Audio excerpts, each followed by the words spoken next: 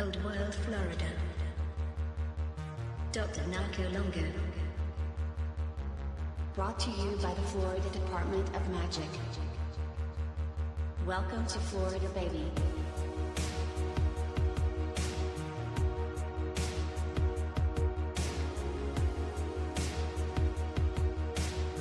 Florida is the original Garden of Eden.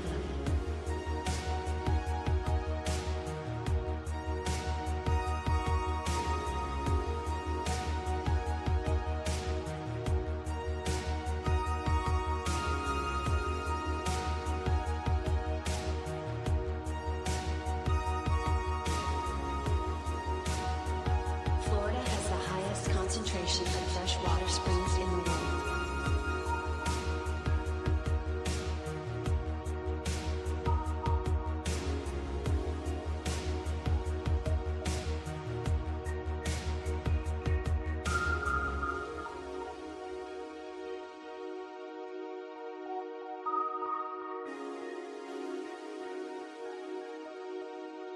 Florida oranges are the golden apples of mythology.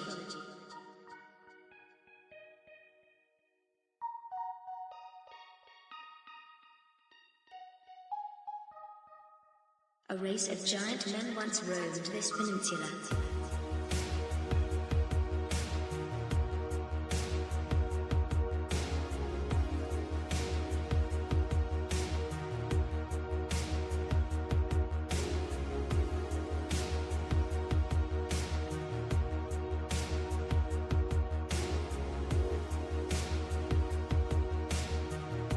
The Smithsonian can suck my balls.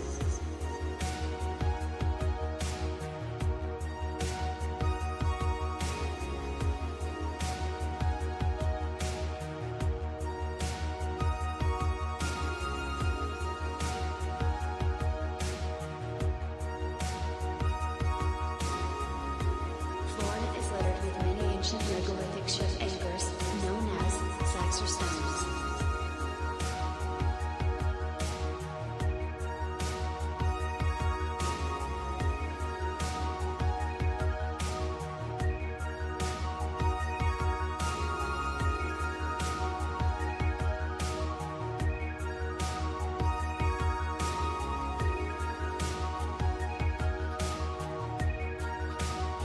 I'm bringing Saxor back.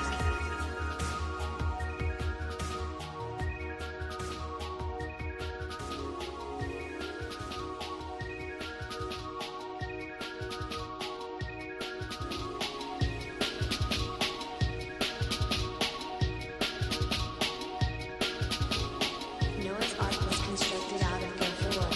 Gopher wood only grows one place in the world, Florida.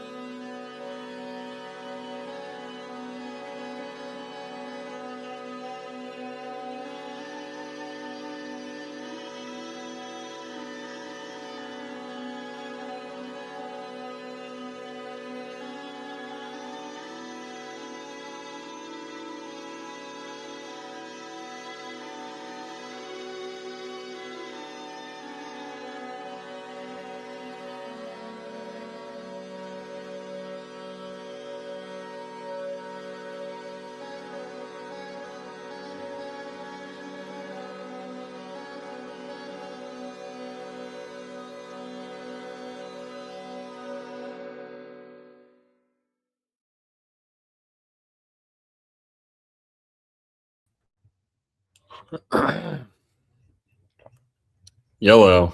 What's up, everyone? Howdy. Howdy. Hope we're sounding good here. Welcome, everyone.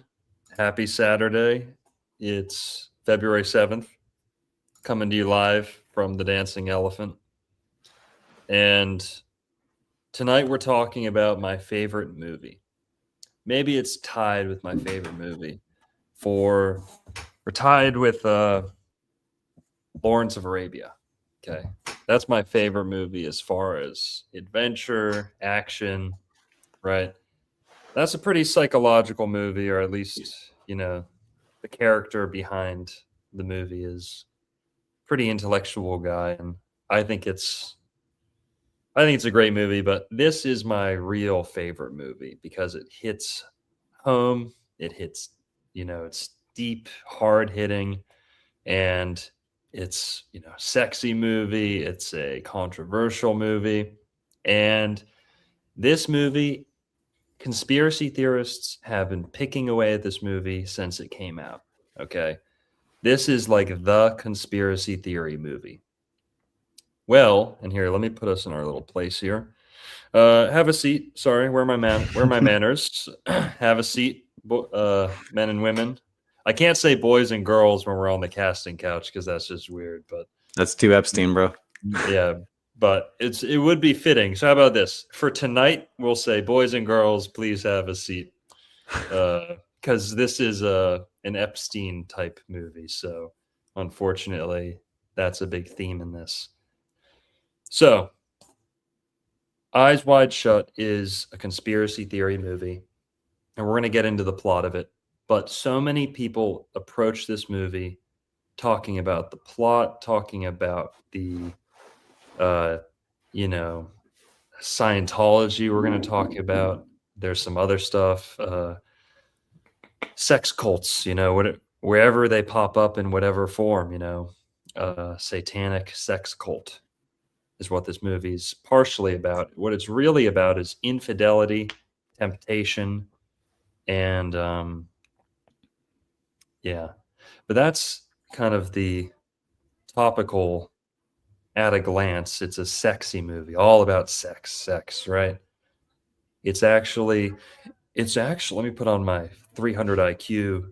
If you think Eyes Wide Shut's about sex, you're, no. It is about sex, but it's really about so much more than that. It is a astrological opera is what's going on here, okay? Some great stuff. Stanley Kubrick was a genius. He's my favorite filmmaker. I think he's the only filmmaker that deserves to be listed among Beethoven. Beethoven. Mozart comes up, right? Beethoven comes up. Beethoven. Yes. All right, Beethoven. Very fitting. But he's worth mentioning alongside Beethoven, Mozart, Leonardo da Vinci. That's how I think very highly of Stanley Kubrick. I think he was working to show us the truth. People can make up their own minds, but that's my takeaway. Enough with the blah, blah, blah. We'll get into it, and I'm going to prove to you guys, we're both going to. Stanley Kubrick knew astrology. He used astrology, or at least he paid someone who really knew what they were doing to assist him. I believe the former. He was a genius. He digested astrological material and he made use of it. I'm going to prove it. And this is the missing key in all of the Stanley Kubrick exposed, moon landing exposed, all this. This is like the ultimate thread that unifies so many things. This is the ultimate missing link in the Stanley Kubrick story. Astrology. We're going to prove it. But Merlin, what's up with you, man? Dude, I'm stoked for tonight's episode. Like you said, this movie is so good. It's so astrological. It hits on so many different, we can talk houses, we can talk signs. Like, this movie can get broken down a lot. And it's so appropriate that you said, the Beethoven connection. We'll get into that. I won't spoil it right now. But again, if you know the movie, you know the Beethoven connection, but the Beethoven connection is also an astrological connection. So we can tie that in together completely. But I'm stoked to get into it, man. So let's get into it. Alrighty. So what do you got pulled up? You got like the opening screen and some stuff? Yeah, we can run. Okay. Well, here, let me I've got a little bit of a slideshow. And then we'll kind of go back and forth between them. But let's put us over on the side here. Like that. All right, guys. Stanley Kubrick. We're calling this the astrological casting of Kubrick's Eyes Wide Shut. So a big thing we're going to be focusing on here is what's meant by casting. For those who don't know, astrologers cast a horoscope. We cast a birth chart. Okay. Similarly, a casting agent or a filmmaker will cast an actor. Now, actor and actress actually go back to Aster. Aster. Well, that's why we call the celebrities, the actors, stars. You get your star on Hollywood Boulevard. Okay. That is our first connection here. Casting is an astrological practice. So wherever that term got brought into, selecting actors for a play, I'm telling you it goes back to astrology, whether the historians and academics recognize that or not. And in fact, we largely showed that to you on the last episode. We showed how, because there's many parts to this, but William Shakespeare used astrology to mold his characters. That's the other side of this. Now we're going to show you how to cast those characters using the astrology. Doesn't that make sense, right? It makes perfect sense. You can't go ahead. Oh, sorry. Yeah, no, I just had it. I'm sorry. But yeah, like theater goes back to God and the stars. The Greeks, the term theater is about the God show. That Jordan Maxwell talked about that all the time. The word theater means the God show. So and what do? You star in a movie. They're movie stars. Yes. So it makes perfect sense. It's all astrological. Everything's astrological.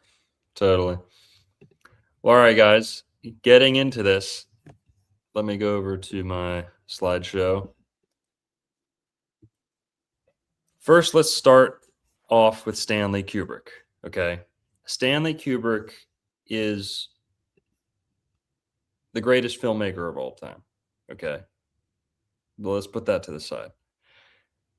He's a Leo, born July 26th, 1928. Okay. That makes him a Leo sun. The sun in Leo. For those who don't know astrology, I know we're going to have a lot of conspiracy theory people here who might not be, super well versed on astrology. That's what we're here for. He was a Leo, meaning his sun was in Leo. When he was born, the sun was in the sign of Leo. Now, his moon and his rising sign, those are the next two big parts of a birth chart, were Scorpio and Scorpio.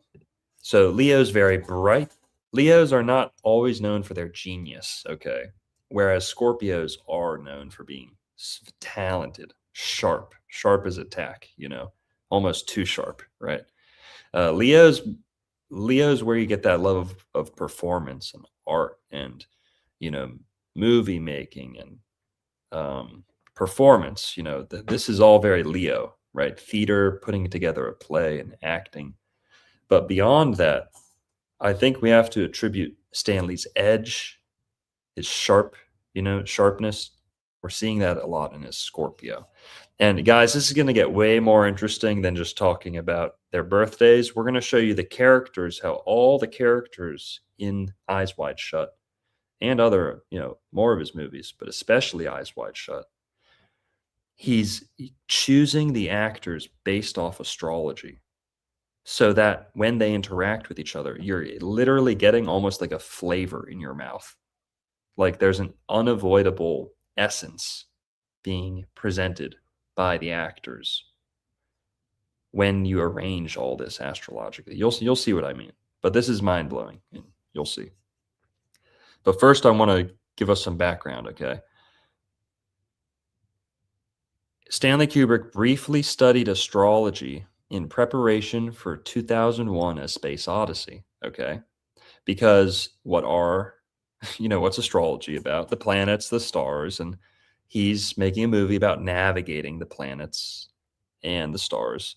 And he actually made some changes as far as changing Saturn in the book to Jupiter in the movie, and a couple changes like that. He wanted to make sure that kind of made sense astrologically if people were going to interpret it that way. So he briefly got into astrology a little bit because he's talking about space, right? Astronomy is the ugly, nasty, spoiled stepchild or stepbrother to astrology, okay? But essentially, if you're studying if you're studying astronomy, astrology is going to come up at least a little bit. So Stanley's a curious guy. He got into astrology a little bit at that time for sure. We know based off his research materials and things like that. Moving on, how do we know that he cared about astrology a little bit? Well, guys, this is like the ultimate smoking gun, okay?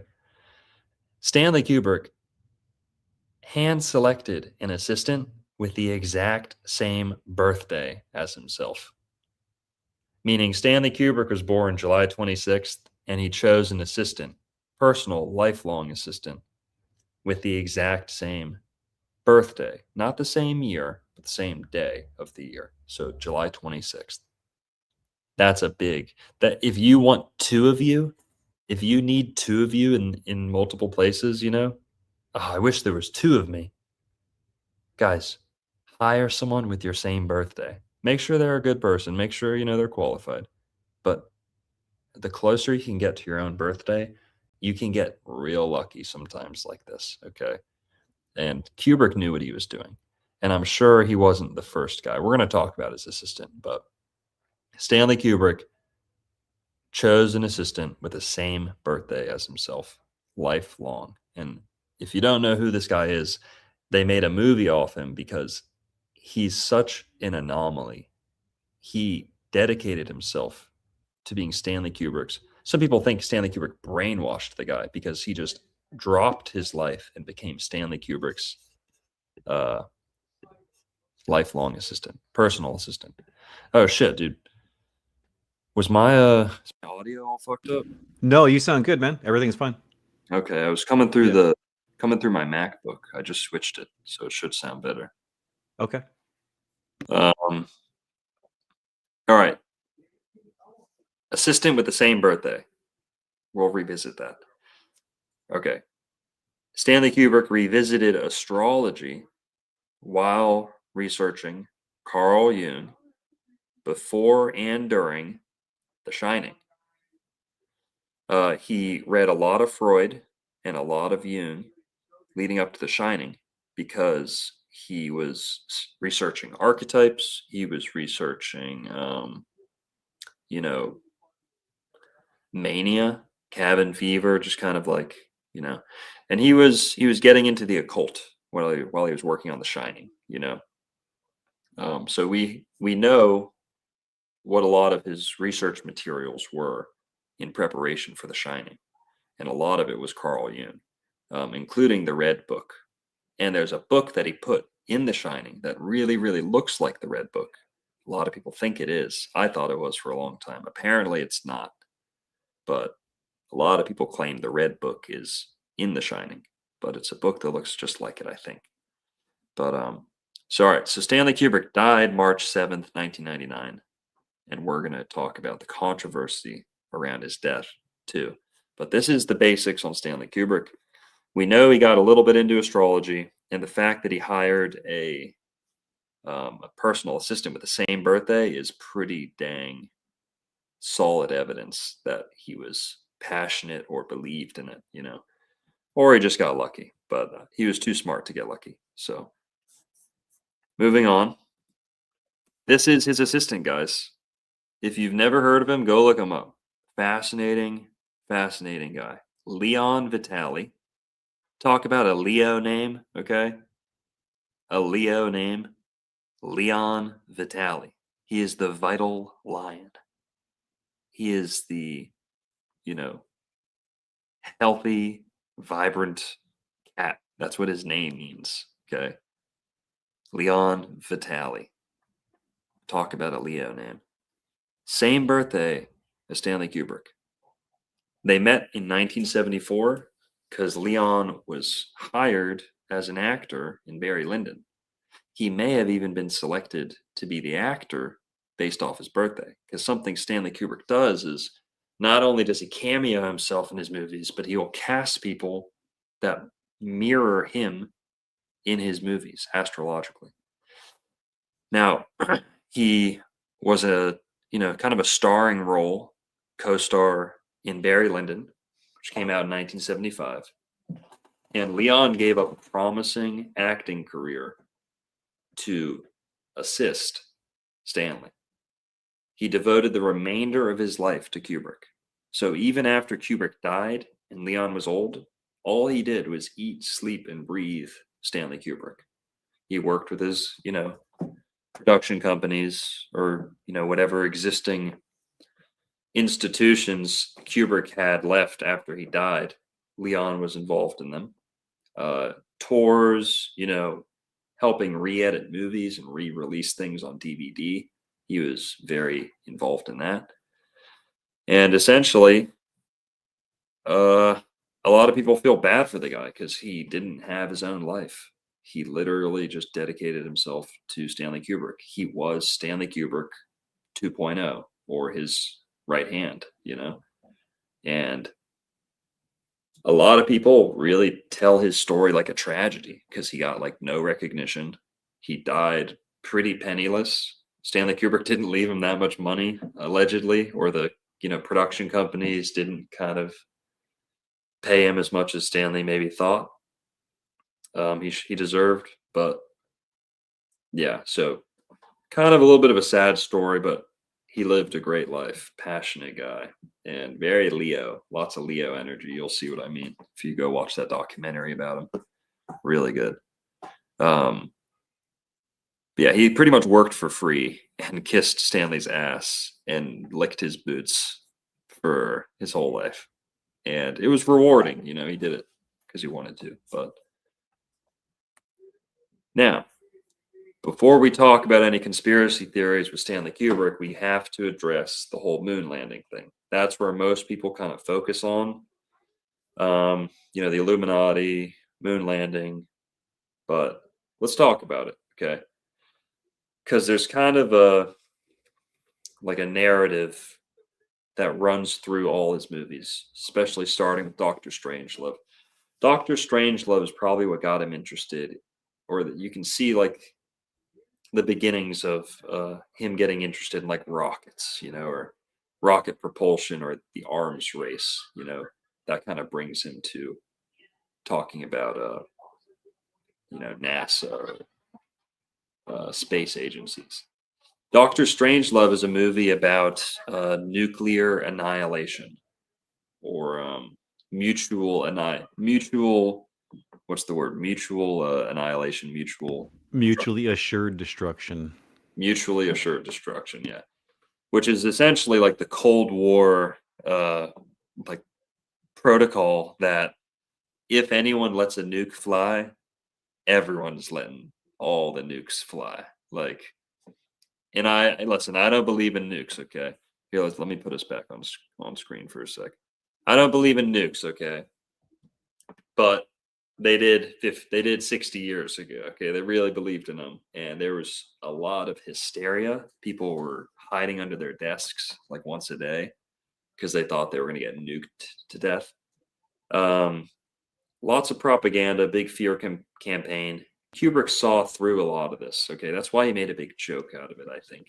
Stanley Kubrick had probably one of the highest IQs in, I don't know, in the world, Yeah. functioning, you know, practically applied high IQ, you know, like he found his lane and crushed it. I'm sure there's a lot of high IQ people out there, just don't get, you know, don't find their lane like that. But Stanley Kubrick, I think, saw through a lot of the conspiracy theories we talk about today.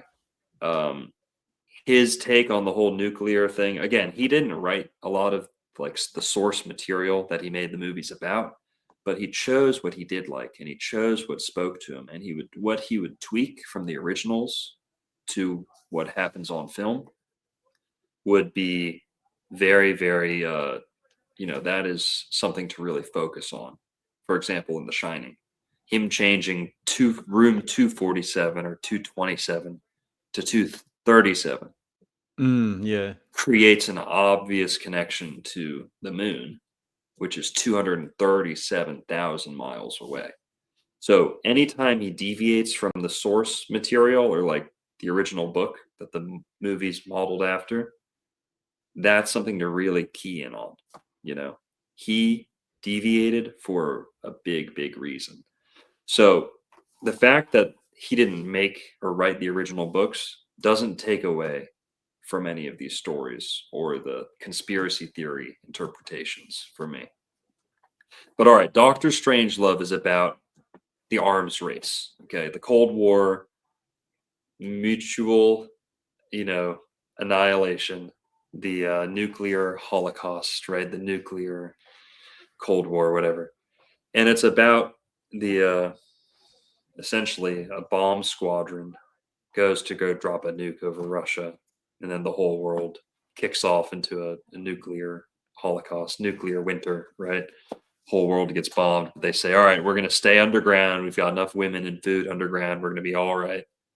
So the full title is Doctor Strangelove, or some. And I can't How I Learned to Love the Bomb. exactly how I learned to stop worrying and love the bomb. That's it. Yeah, I think, that's it. yeah, Yes. and really funny movie. I love that movie too. But all right, let's try and get through these quicker. Doctor Strangelove highlighted hysteria and the arms race. And you're going to see there's a very strong thread that goes through all these that kind of lead to the big conspiracy theory Illuminati climax with his last film. He's poking fun at the propaganda, you know, the oh, everyone's afraid the world's going to end tomorrow, right? And he made a big joke about it, and that got him in trouble, made the movie controversial, but ultimately successful. 2001, okay, but all right, Doctor Strangelove showed that he was kind of interested, or he felt like it was worth putting his 2 cents in to the discussion about the arms race, right, and hysteria, and how because Doctor Strangelove, a big part of it is what's heard over the radio is considered true, and Right. that decides the direction of what hundreds or thousands of people are considering as fact. You know, one guy on a radio puts out the call, and essentially he's touching on how easy it is to fool everyone. And then also in Doctor Strangelove, there's a big part about fluoride. Fluoride being in the water is going to ruin civilization. It's a communist plot. That's what the whole movie is about. So the one of the main characters is going on and on about fluoride and distilled water, or rainwater and distilled whiskey or whatever. Yeah. Essentially, a lot of good little nuggets in there. But all right, building on that, a couple of years later, he does 2001: A Space Odyssey.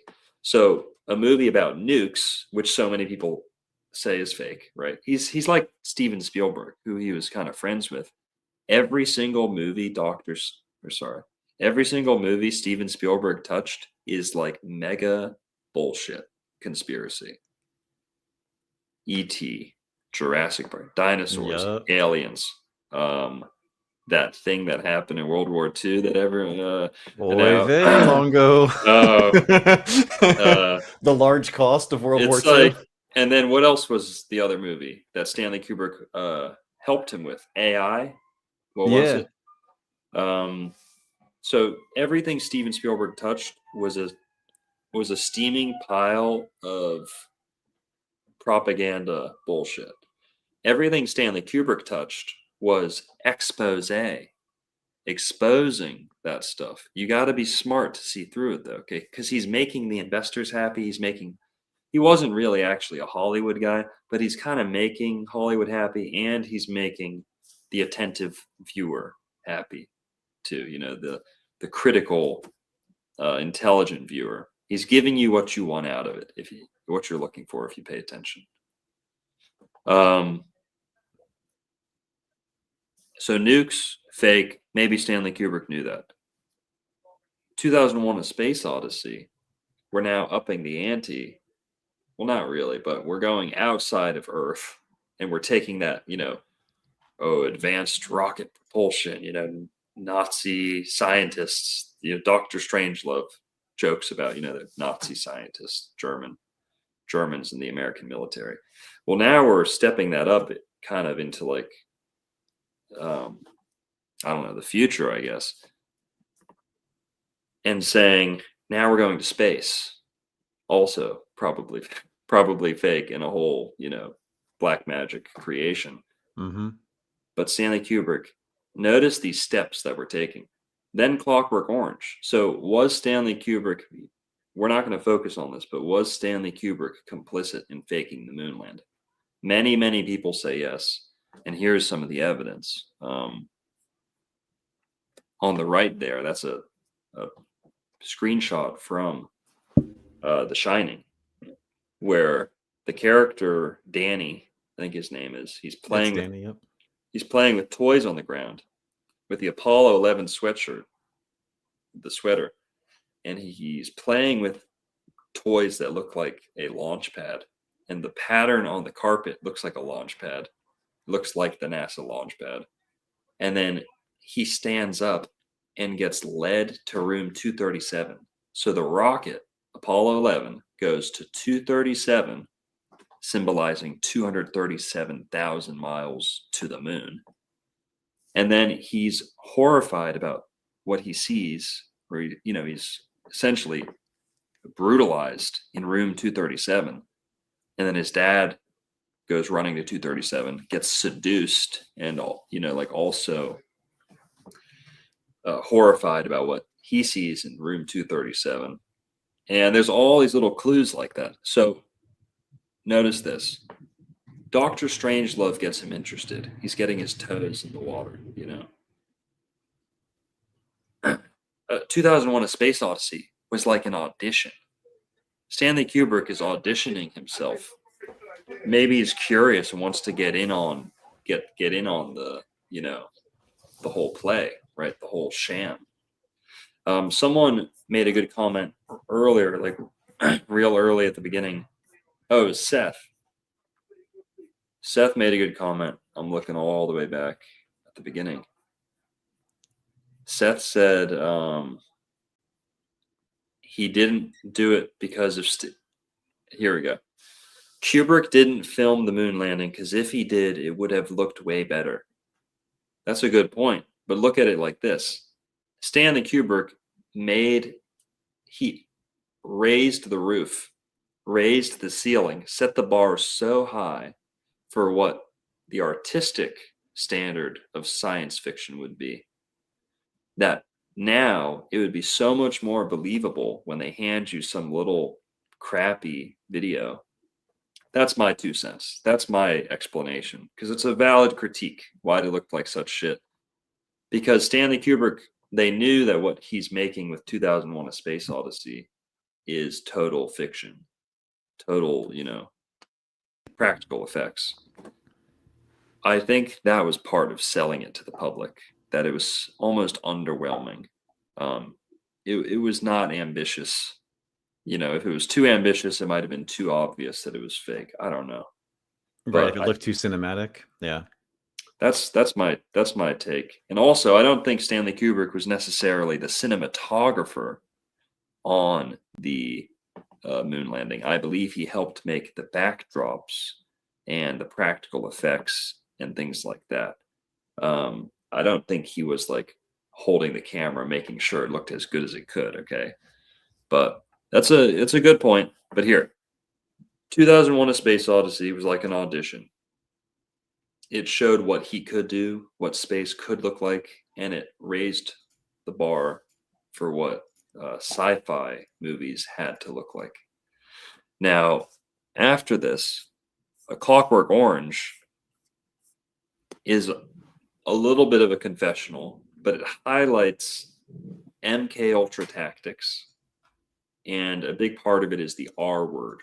Because what we see in Doctor Strangelove is the nuke, the missile, as a like almost like a euphemism or like a sexual innuendo.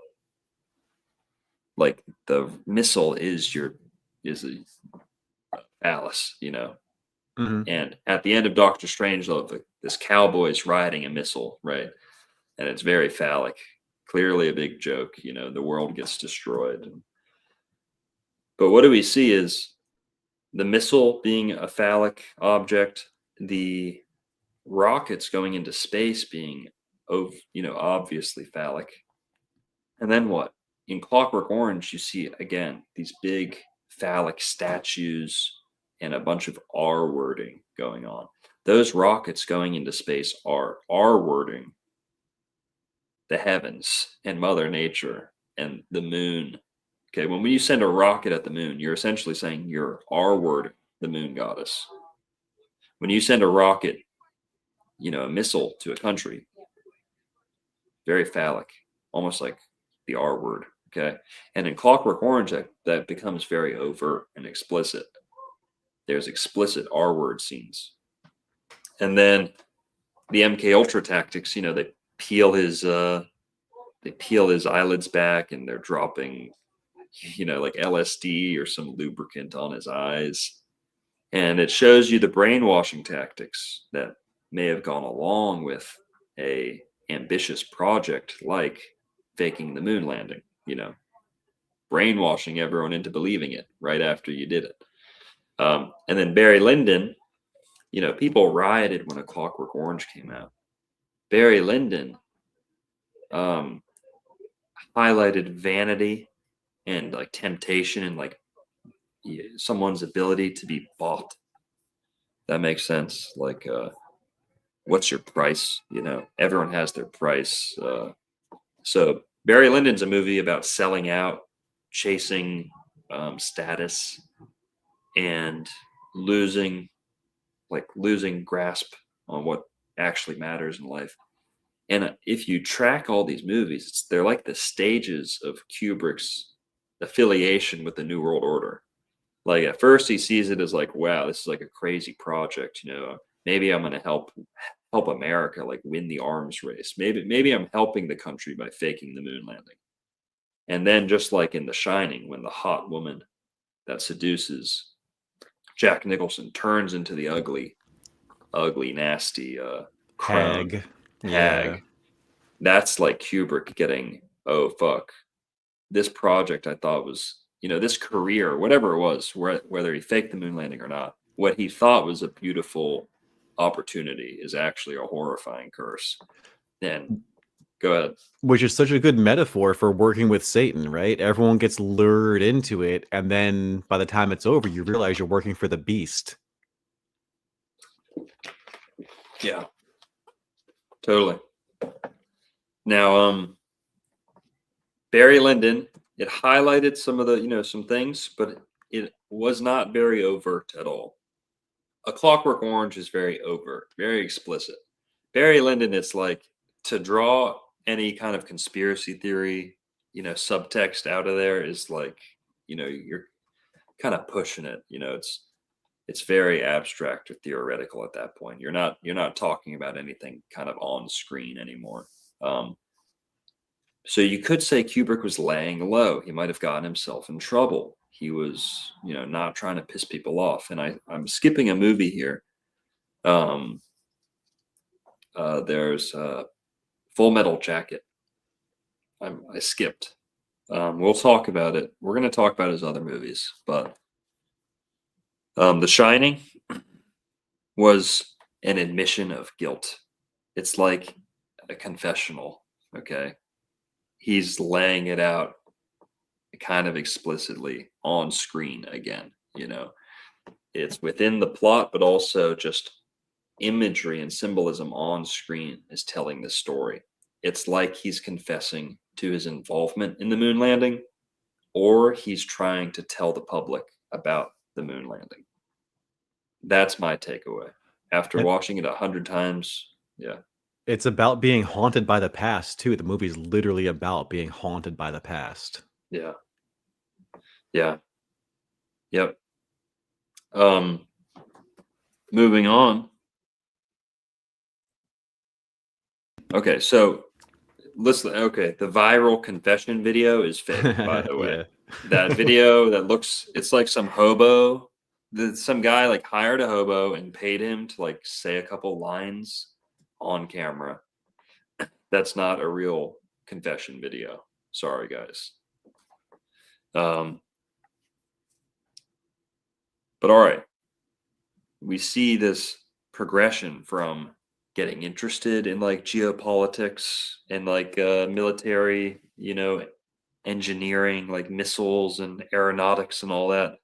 Then he gets into 2001: A Space Odyssey, and does actually get involved with NASA. By the way, provably, NASA gave him a camera, special type of camera to use because he was doing favors for them. They were doing some favors for him. A P900. No, but something like that. It was a special lens or something. Nice. But yeah, there's a progression here. So all right, we can't spend too much time on this. But Eyes Wide Shut. Okay, Eyes Wide Shut is the movie we're talking about. It's Kubrick's final movie. And let's talk about some background real quick. Tom Cruise and Nicole Kidman were actually married in real life when they filmed this movie. Kubrick kind of liked that idea. He wanted Tom Cruise and Nicole Kidman. He liked that they were married because he knew he could kind of play with their like real relationship and get like some real jealousy and feelings out of this. So we'll revisit that, but yes, we will. Kubrick contributed to their divorce, ? So by 2001, they were fully divorced. This movie came out in 1999, and allegedly they were separated by 2000. So you can clearly see this movie clearly didn't help their relationship. Okay. Guinness World Record for the longest continuous film shoot, 400 days. Pretty crazy. People don't talk about that much. Kubrick died 6 days after submitting his final cut. So he submitted March 1st, 1999 to the studio, right, for approval. Dies 6 days later on March 7th. The studio made additional changes, meaning additions, after his death, or edits. And it was released on July 13th, 1999. Misadvertised as an erotic thriller. It's a little bit of an erotic thriller, but, you know, and I guess they call it a psychological thriller too. But it really is a psychological movie more than it is an erotic movie. Kubrick understood that you need sex or violence to actually sink something into someone's subconscious or to sink it into their mind permanently. Sex or violence. Okay. Here we got some tips too. John Supp with the $1. Thanks, John Supp. Ghost Ship 818 says, haven't watched these yet. Any recommendations? What? Kubrick movies? I'd say watch them all. Go in order. Start with Spartacus. Good call with that one. Yeah. Yeah, I think that's a little bit before. Is that before or after Doctor Strangelove? I think Yeah. it's It's before. It's before. okay, yeah. But yeah, Doctor Strangelove's really good. There's a couple he made before that. They're okay. They're decent. Paths of Glory, I think. And the kill or the shooting or something like that. Whatever. Start with Spartacus. Spartacus is great. And Spartacus is where he started using astrology, by the way. I didn't mention that because we didn't talk about Spartacus at all, but I believe he used astrology with Spartacus. But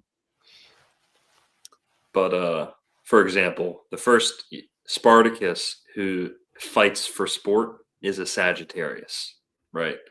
Fighting for like entertainment, like for others' enjoyment. Very Sagittarian, okay? But he's a Sagittarius, Kirk Douglas.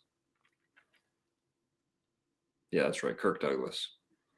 And the love interest, I forget the name of the love interest. She's an Aquarius, so very compatible, Sag Aquarius. And the first time we ever see her on screen, she's holding a vase, she's a water bearer, and she's pouring water out of a big, like, vase or urn. Oh, it's cool. Yeah. But yeah. All right. Eyes Wide Shut. It is based off let me get us off screen here. It's based off the book Traumnovelle, which is German for dream story.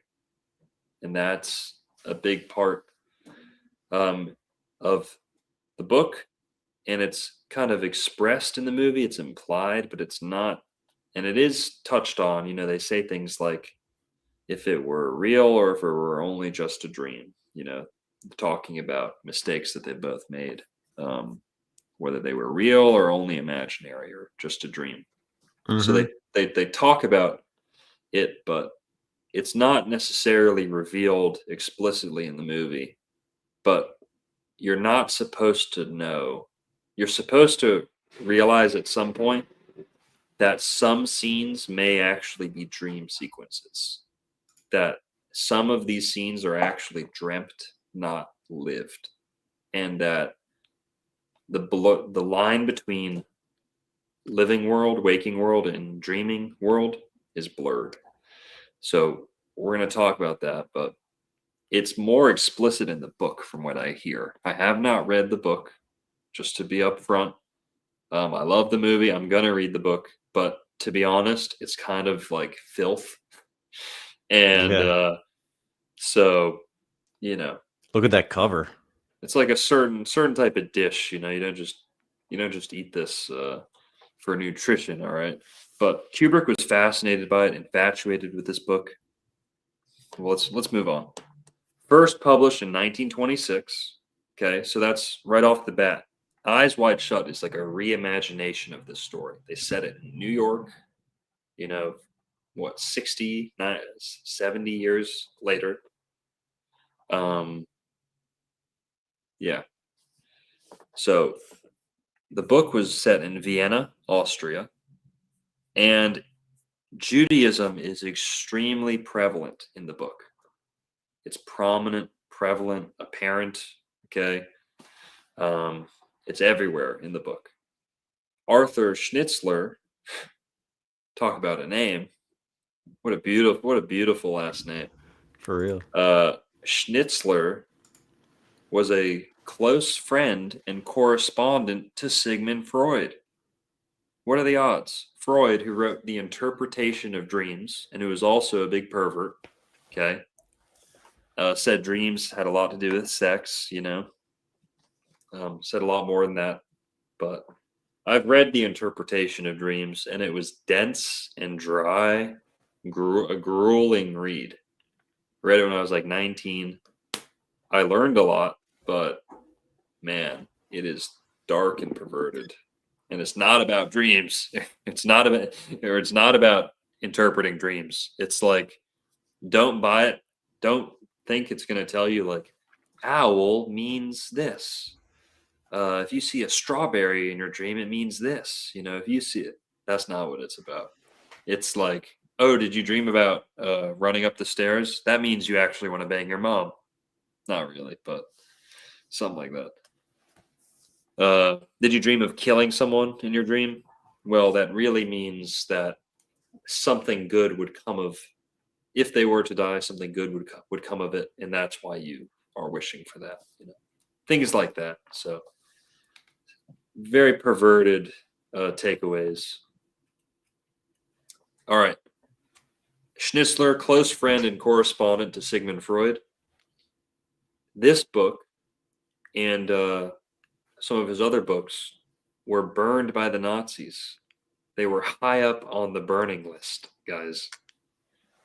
Hitler and the boys were like, burn this crap ASAP. All right.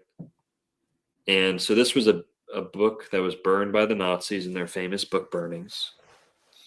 And it would have been labeled, back then, they would have labeled this something like Jewish pornography, quote unquote. Kubrick, now what's crazy is Kubrick owned the rights to this book since the 1960s.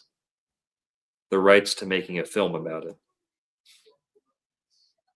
He sat on this for 30 years. 30 years he sat on this book and didn't make a movie out of it. Researched, was working on it, you know, on the back burner, but did not make a movie until the 90s. Late 90s. Crazy. Arthur Schnitzler's early life, by the way, does check out. Oh yeah, we'll get to that. Okay. We'll see.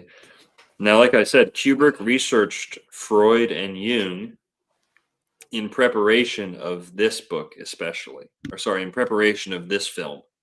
He researched them heavily because a big part of it is dream states. And this guy was like a fan of Sigmund Freud, and Schnitzler literally like worked Sigmund Freud's theories into fiction that could be like enjoyed and like, you know, mass produced. So Kubrick's researching Freud and Jung, and that also brings him back closer to astrology. Jung wrote a lot about astrology. He was fascinated by it. Okay. Now, Judaism in the book and in the movie. This is not like an anti-Jewish thing, okay? We're actually going to pull up an article here in a sec called The Jewishness of Stanley Kubrick from a Jewish independent nonprofit website, okay? So this is not like anti or anything, but you can make your own conclusions. Apparently, Stanley Kubrick was not, he himself was Jewish, but he was not, by the end of his life, he was not fond of Jewish culture, to put it lightly. And, well, all right, Arthur Schnitzler was an Austrian Jew, like Merlin said. Judaism is very prevalent in the book, but largely absent from the film. That was intentional. Stanley Kubrick was Jewish, at least half Jewish. And to quote this little article we're going to look at in a sec, Stanley Kubrick, quote, wanted any reference to Jewishness scrubbed from the script. Now that's the script, okay? We don't watch the script. And sometimes what's said in the movie doesn't even match the script, but that's true. That's a quote from the man who wrote the screenplay with Stanley Kubrick. That being said, on screen we still do see multiple signs or clues of Jewishness in the movie. So there's at least one menorah, and that's the menorah on screen right there that you see.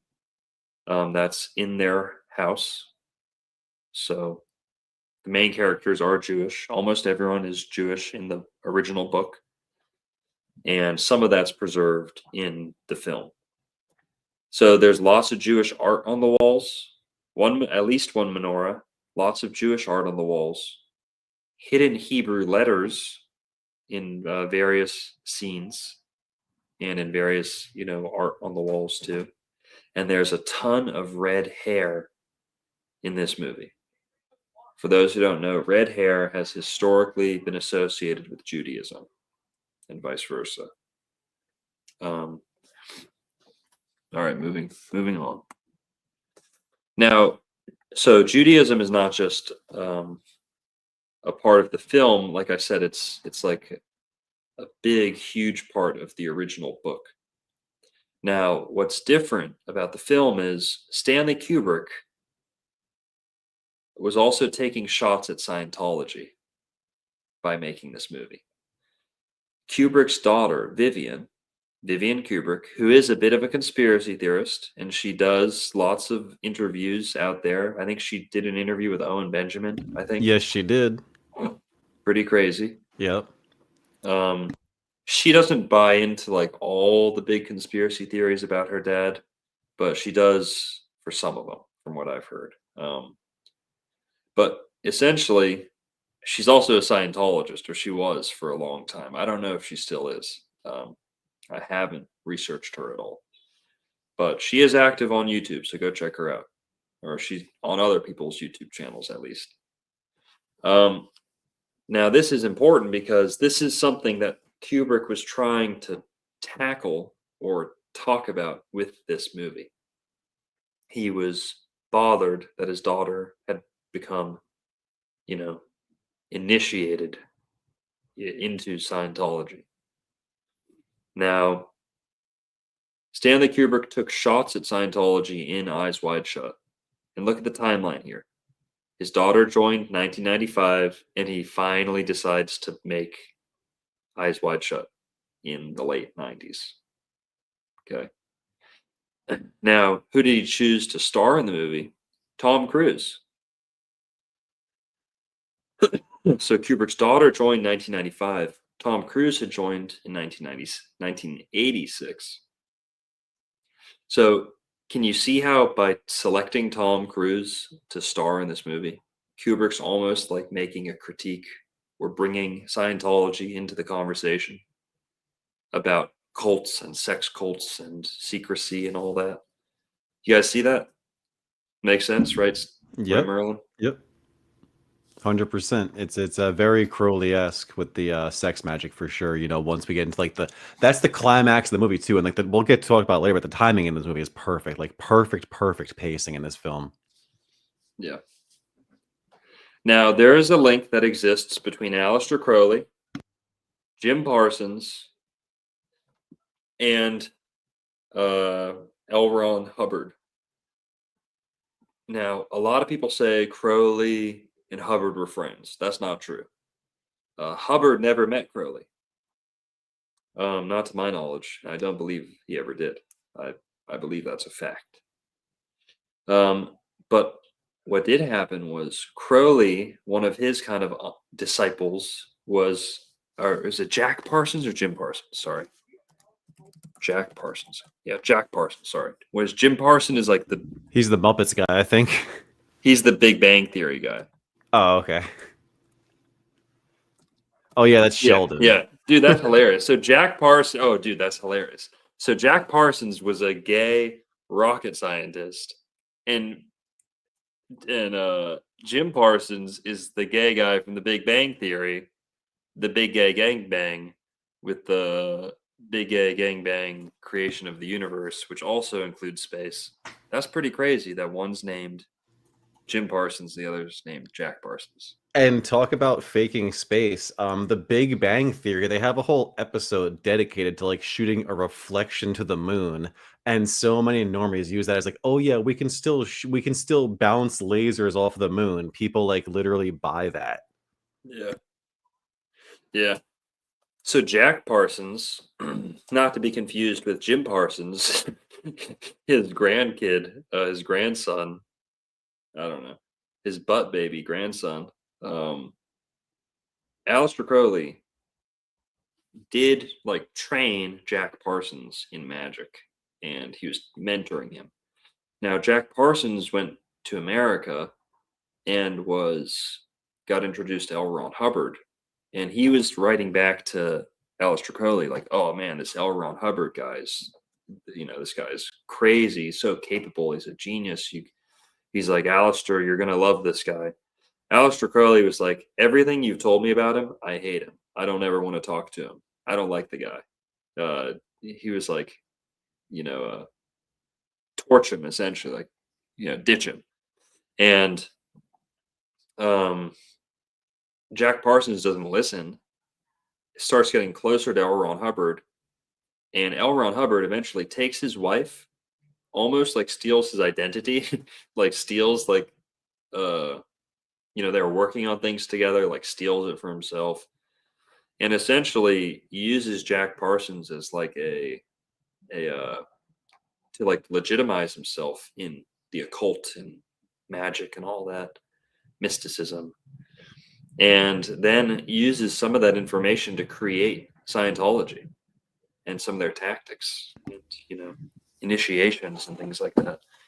So there is a link between Crowley and Hubbard, but it's not direct. But there you go. Crowley is like the guy when it comes to sex magic and alleged elite orgies, even though he was actually kind of against that whole system, if you actually know about him. He was a pervert. He was bisexual and a disgusting pervert, but I think he was a lot better than people give him credit for, and he was nowhere near as bad as people think he was. Okay, he was a practical jokester, Aleister Crowley, and he did not like what he heard about L. Ron Hubbard, and it turned out to be correct. His opinion of him. So if Aleister Crowley thinks you're a degenerate charlatan, that really tells you something. Yeah. I would wager, do you think there are any Scientologists who are geocentrists? I'd wager no. Dude, I don't know. I think their whole thing is about other planets and other star systems and getting your own planet. Yeah, Xenu and shit. But all right, moving on. So a big part of this is by talking about cults, Stanley Kubrick was also like getting a couple punches in on Scientology. He was upset that they took his daughter away from him. Kind of, I can't speak to their relationship, but it wasn't good for their relationship, at least not from Stanley's point of view. And eventually, I think Vivian did like distance herself from her family at the behest of Scientology at some point. I don't know. I just saw that online. But all right, moving on. We haven't even gotten to the casting yet. Dr. Bill Harford, no T, is our main character.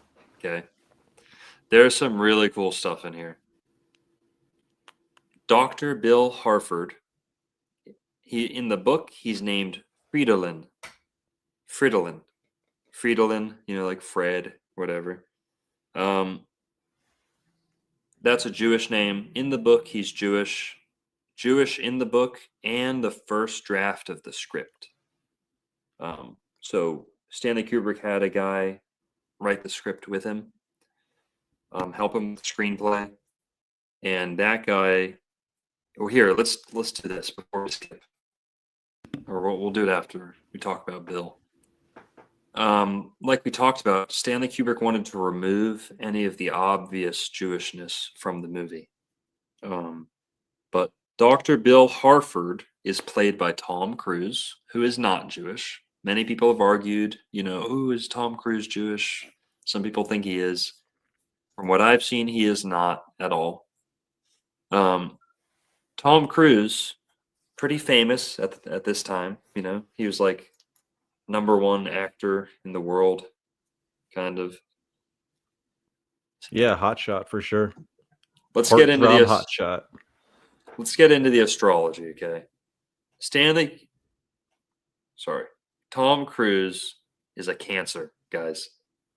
Born July 3rd. Now, you'll notice he might have been getting cast in other movies according to his birthday, Who's ever heard of the movie Born on the 4th of July, True. starring Tom Cruise, who's born on the 3rd of July? So close enough, right? Guys, we got 400 people in the chat. Appreciate you guys tuning in. We're talking about how Stanley Kubrick used astrology and the Zodiac. Now we're getting into the characters, and this shit will blow your mind. All right. Tom Cruise is a Cancer, and you'll see that coming through in the character. So when we talk about the birthdays from here on, we're talking about the actors. But the whole point is that Stanley Kubrick chooses them based off their birthday, so that they will bring an essence to the character that goes beyond their speech and their movements. It's everything. It's the holistic like delivery of that character. The Zodiac sign contributes so much. And you're going to see how he mirrors characters and links characters together through the Zodiac. But what does him being a Cancer tell us? Okay. Number one, we're going to find out he lives through the emotions. He is feeling his way through the movie. He's not thinking his way through the movie. Okay.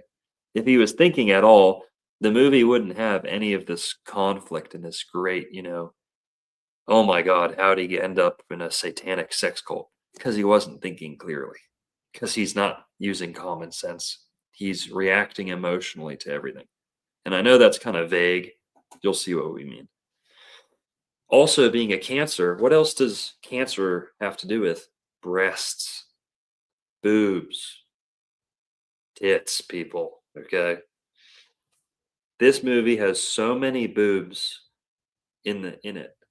And his character is surrounded by boobs.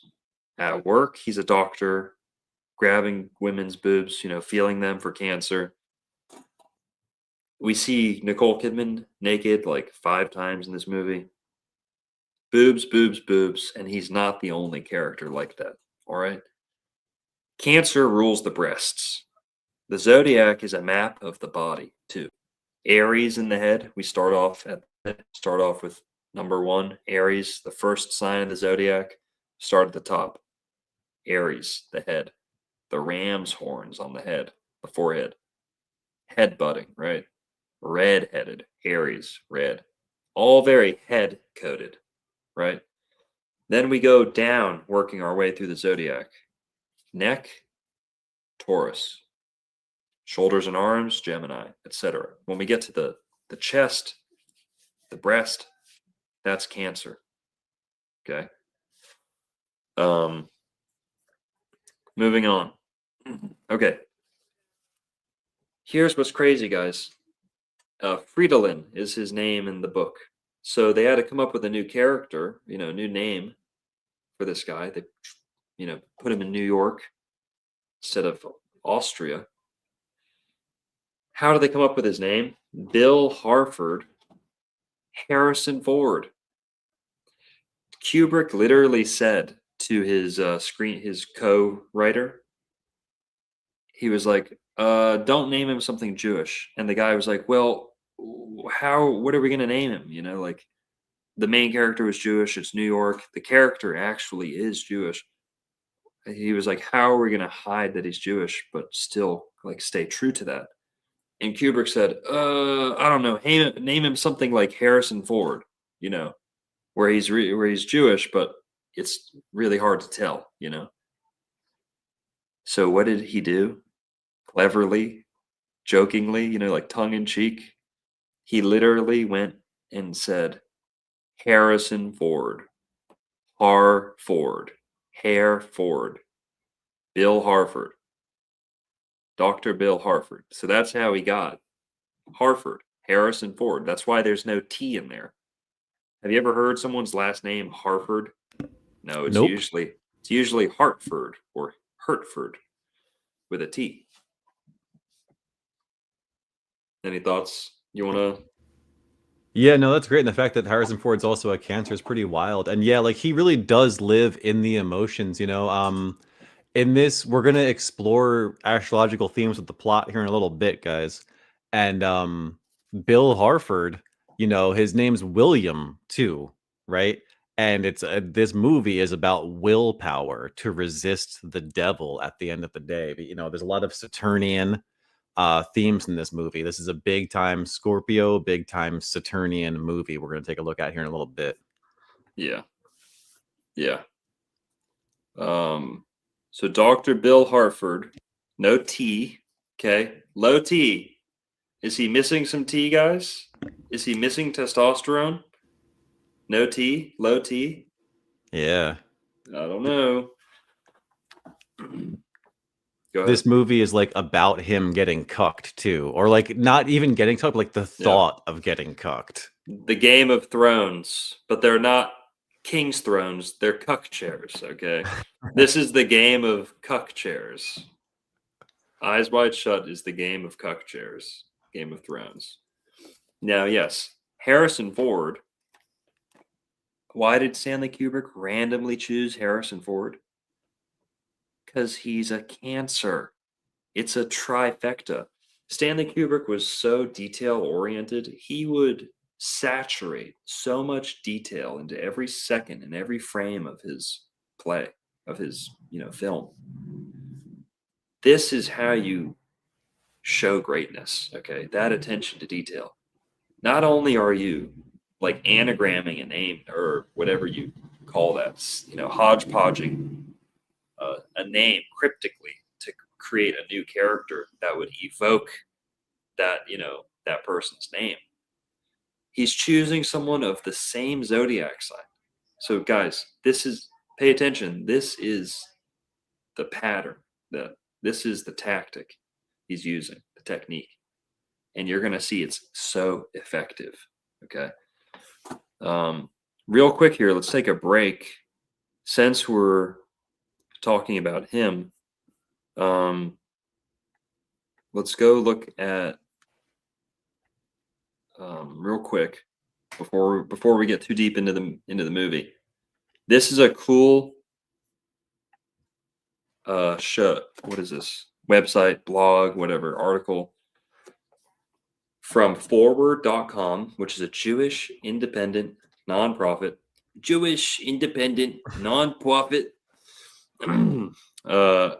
And the title is Happy 20th to Eyes Wide Shut, Stanley Kubrick's peculiarly Jewish film. Let's see what they have to say. Written by Robert Kolker and Nathan Abrams. Don't gotta early life those ones. Yeah. So, editor's note. Stanley Kubrick's final film, Eyes Wide Shut, turns 20 today. We look back at its Jewish aspects and influences. All right, guys. Here, you want to take turns reading some of this, Merlin? Yeah, sure. You need a break? No. Can you put us to the side so I can see the whole the thing though? Because right now our absolutely cameras are blocking it. Thank you.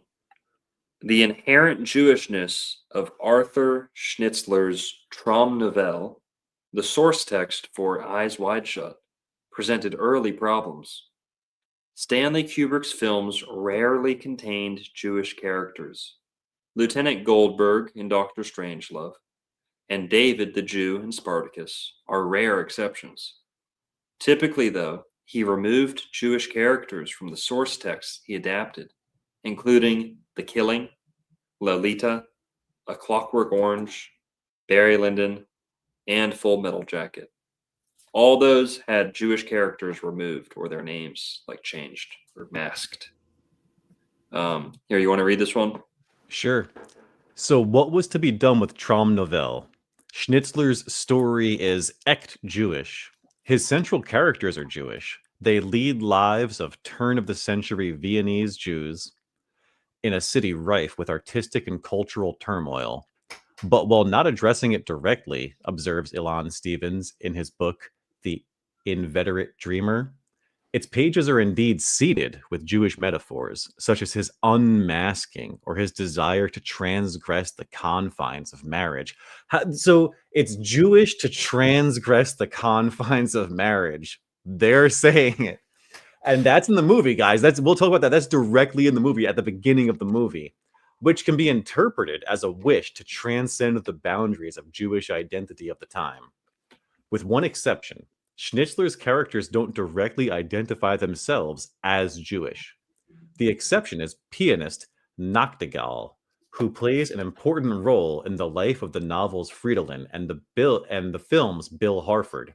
He is responsible for taking both characters to the orgy. Nachtigall is a Polish Jew, the son of a Jewish bar owner who speaks German with a slightly Jewish twang. There has been an anti Semitic event in his life when, ironically, he was assaulted by a Jewish bank manager. Nachtigall is a bit of a brawler. In the film, Nachtigall becomes Nick Nightingale, played by Todd Field. Hell yeah. Despite Kubrick's desire to stick close to Schnitzler, track Arthur, he knows how to tell a story. He wanted any reference to Jewishness scrubbed from the script. Frederick Raphael, the screenwriter, Kubrick hired to adapt the novella, and Kubrick persistently argued over the extent to which the characters should be identified as Jewish. No wonder Raphael was frustrated. Raphael recalls how during one of their, quote, long talks, he pointed out, quote, how thoroughly Schnitzler's story was impregnated with Jewishness. In a passage from his memoir of his time working on the film, Eyes Wide Open, worth quoting at length, Raphael told Kubrick, quote, here, you read it. The students who bump into Fridolin as he walks the streets insult him and alarm him, and are, in fact, based on anti-Semitic fraternities of the period. He both despises them and fears that he has flunked their insolent challenge. It's a crisis of masculinity in this film, guys. Nachtigall is a typical Jew, a wanderer available for hire, outrageous but willing to be blindfolded and made a servant. The episode at the orgy in which Fridolin is literally unmasked and called on to say who he is seems to emphasize his alienation from the gentlemen who mishandle him. Fridolin is an outsider, like every Middle European Jew, and his medical dignity, whatever untouchable status it may seem to bestow, somehow compromises his virility, his masculinity. Transferring the story to New York seems to me to offer an opportunity for keeping the Jewish aspect of the story, however it might be modernized. Totally. Consequently, Raphael's first draft inserted many more Jewish characters than would be found in the film. For example, Bill, the character played by Tom Cruise, is Jew-baited in the street, first by a junkie who calls him, quote, a cheap Jew son of a bitch. When Bill refused to give him money, when Bill refused, typo maybe, Bill denies he is a Jew. The same thing happens with a bunch of anti-Semitic Yaleys.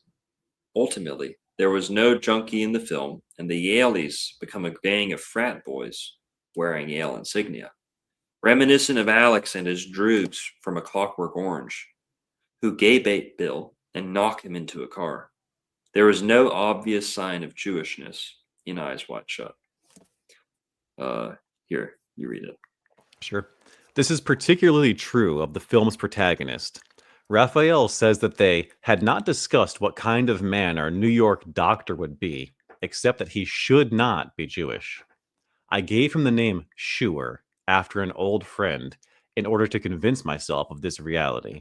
Kubrick was not happy. One thing I really don't want Bill to be called, I don't want Bill to be called Schuer, okay? Give him some name that doesn't identify him, okay? It could be Robinson, but we don't want him to be Jewish. Kubrick was firmly opposed to Bill being identified as a Jew. He wanted him to be a Harrison Fordish goy and forbade any references to Jews. Like the Jewish movie moguls of Hollywood, did Kubrick still believe that audiences would not be interested in, would perhaps even be Here, turned... Oh, sorry, go ahead. that's all right. Here, you want to read it? Here, read as much of that as you can. I'm gonna go buy a water across the street. Be right back. Sure, yeah, do what you got to do. And if you can't scroll down, just pause and chit chat for a little or whatever. All right, do you want to throw my screen up so I can just like talk about like the first part of the plot, or rock this? You let me know. Yeah, 'Cause no, if you just keep reading Okay. this. I'll be quick. All right, right on. All right, Thanks. I'll read slow. Like the Jewish movie moguls of old Hollywood, did Kubrick still believe that audiences would not be interested in, would perhaps be even turned off by a narrative about Jews? Was he looking for a universality of characters, which might mean blonde, bland, waspish types of the kind Tom Cruise could so easily fit? Or maybe he wanted two characters that could be able to walk into any room and be welcomed. Even though the movie is set in 1999, memories of anti Semitism, as Christiane, Kubrick's widow, recalled in an interview in a German newspaper, remained fresh in Kubrick's mind. Raphael certainly felt it, would keep the theme buried and hence more subtle, but his main motive, I am sure, was the wish to not annoy the audience. He wanted to escape into myth and inhabit an alien character who, nevertheless, would be close to him. This was certainly on Kubrick's mind when he changed the main character's last name to Harford, suggesting either the British country of Hertfordshire, where Kubrick lived, or perhaps the name of Gustav Hasford, who had written The Short Timers, the source text of Full Metal Jacket, or Harrison Ford, the movie actor, Harford. And that's what Longo is getting at, Harrison Ford, Harford. Ironically, though, Ford is Jewish and Hertfordshire is a country with a relatively large Jewish population. Yeah. So, guys, getting back to the astrology for a second, this movie, right? Eyes Wide Shut. I think Longo probably wants to talk about the name, so I'll save too much of that. But guys, astrological themes in this movie for sure. Saturn, Satan. That's huge in this movie. Throughout the whole movie, Bill Harford is being tempted by diabolical, devilish, satanic, Satan worshiping characters. It's also got huge Scorpio vibes because Scorpio rules sex. This movie, while there are deeper themes, it's definitely about sex. So Scorpio plays a huge role in this movie. What else do we got? 12th house. The 12th house is the house of hidden enemies. So there's huge 12th house themes in this movie because, again, like throughout the whole movie, right? It's all hidden enemies. He literally gets stalked by a guy. He doesn't know who's following him. All of his enemies are masked. And even the one guy, I'll save it. A lot of hidden enemies in this movie. What else do we got? Seventh house, the house of marriage, guys. This is a film about marriage and how good marriage could and should be. It may not seem like it, like Longo was saying, right? This movie gets mislabeled as just this sex thriller, which if you want to like view the movie like a pleb, yeah, it's a sex thriller. But if you dive deeper, right, it's about much more than that. And it's really about what a good, healthy marriage should look like. And then beyond that, it's also got eighth house vibes because the eighth house rules death, just like Scorpio. And characters do die in this film. Sorry. And guys, this stream is obviously going to be littered with spoilers, just FYI. Welcome back, Longo. Perfect timing. Hell yeah. Spoilers. That's pretty. Never mind. All right. Man, it's fucking freezing out there. Sorry, I'm not wearing my suit. It's because it's cold. But It's all good, brother. it's fucking freezing. It is chilly, dude. Freaking geoengineering, man. And it's just that next paragraph right there. Yeah. The struggle over the Jewishness that would Jewishness that would or would not be present in the film went on for some time. While Kubrick taunted him with Jewish jokes, Raphael rinsed as much from the script as he could. Ultimately, if Kubrick wanted to tone down the Jewishness in order to avoid alienating his audiences, he created a problem. It makes, says Stavins, his decision to adapt Schnitzler even more puzzling. Quote, one might argue that throughout his career he never openly reflected on his own Jewish roots, but this last effort is different. For in it, he is not adapting Vladimir Nabokov or Anthony Burgess, but a man whose ambivalence towards his own Jewishness is arguably the source of his inspiration. Perhaps that is also what Kubrick saw in Schnitzler, hence the perfect vehicle for his final film. All right, there's a lot more to this. We're not going to read the whole thing, but go check it out. Very cool. And it, really proves the point, right? Drills it home that this is a Jewish story that Kubrick, strangely wanted to sanitize or like erase its Jewishness, but it's such a Jewish story. Like it was just a very strange undertaking, right? So, all right, moving on. Let's go back to the slideshow here. We talked about Bill Harford, the main character, and he would kind of be the principal example of, not obviously Jewish, but clearly intended to be, and named after Harrison Ford. So that's where I heard the Harrison Ford thing was in that article. But all right, who's next? And we talked about him being the emotions, the feelings. Okay, he's living through his feelings in this story. Now, Dr. Bill's wife is Alice Harford. Now, she's named Albertina in the book. So Fridolin and Albertina.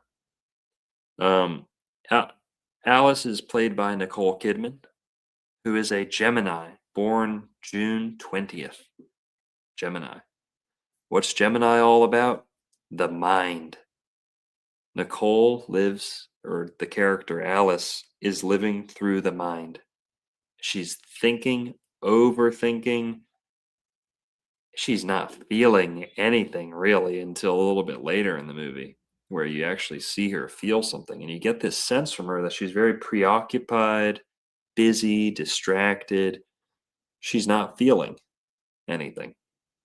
If she was putting herself in her husband's shoes, feeling him, like I said with Tom Cruise, if he wasn't being too emotional, we wouldn't have this conflict in the movie. By her being the mind, and an overactive mind, and an accusatory mind, not accusatory, but what does the mind do? It finds problems. If there's no problems, the mind creates problems. That's the problem of the mind, right? That's why Buddhism is all about turning the mind off, right? Remember we talked about in a previous show. Buddha is Mercury. Exactly. Buddha is Mercury. We talked about that in a previous show. Go check out our religion show. But yeah, she's a Gemini and she lives in the mind, and we're going to see that's her problem. And the clash between Tom and Alice, or Bill and Alice, is the clash between the mind and the emotions, the thoughts and the feelings. You guys see this? Now, she looks in the mirror a couple times in the movie, at least once, I think twice.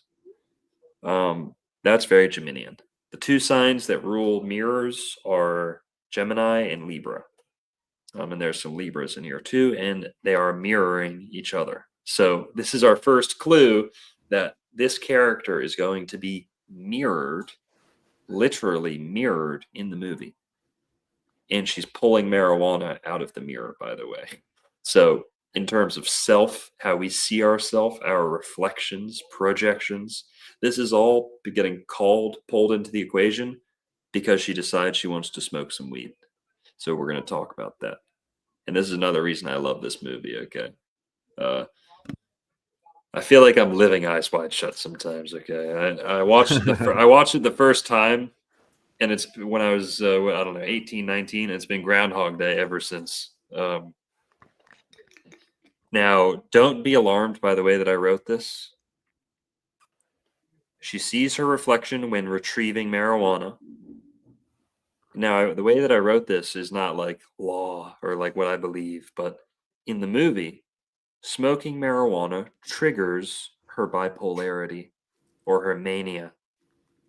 Okay. Bipolarity or mania. Or just Smoking. being a woman.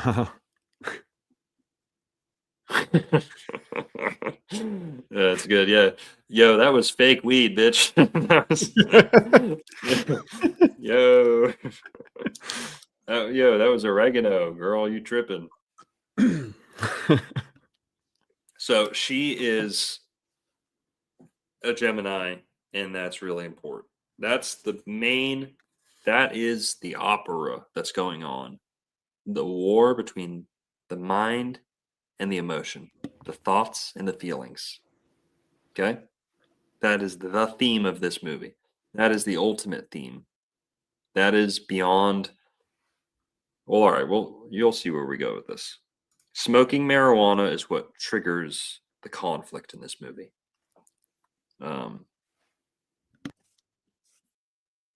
Okay. Well, first, we're introduced to Helena. Let's skip this. Let's go to the weed since we're on it. All right. Smoking marijuana. Since we're on the Gemini and Cancer, you've basically, this is what sets up, like I said, that conflict. Smoking marijuana is the catalyst for the film's main conflict. Now, most people are aware, not most, but of the people out there who are into the alternative interpretations and subtext and whatever, the book is obviously about dreams. The meaning of the title Traumnovelle means dream story in German. So it's obviously about dreams. It's not as obvious in the movie, but yes. Now, a lot of people recognize this scene as a catalyst, but not for the way we're talking about it. Okay. Most people see the marijuana scene as the trigger to the dream sequences, right? Smoking marijuana blurs the line between dream and reality. Now, that's something that marijuana does do. A lot of people say, oh, I don't dream when I smoke weed. Yes, you do. You're dreaming in the day, my friend. Right. You are, yes, there's only so much like dream juice in your pineal gland or whatever. I don't know if that's even true.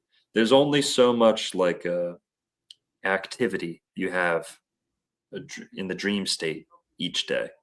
When we smoke marijuana, that dream juice bleeds into the waking state. So your waking life becomes dreamier and your dream state becomes a little bit more like realistic, right? Or non-existent, right? If you're not a good dreamer, I think dreaming's like a muscle you have to work out, your pineal gland or pituitary gland or something in there. You got to work it out. Doing a dream journal will help you, exercise that muscle, work up that memory, that retention.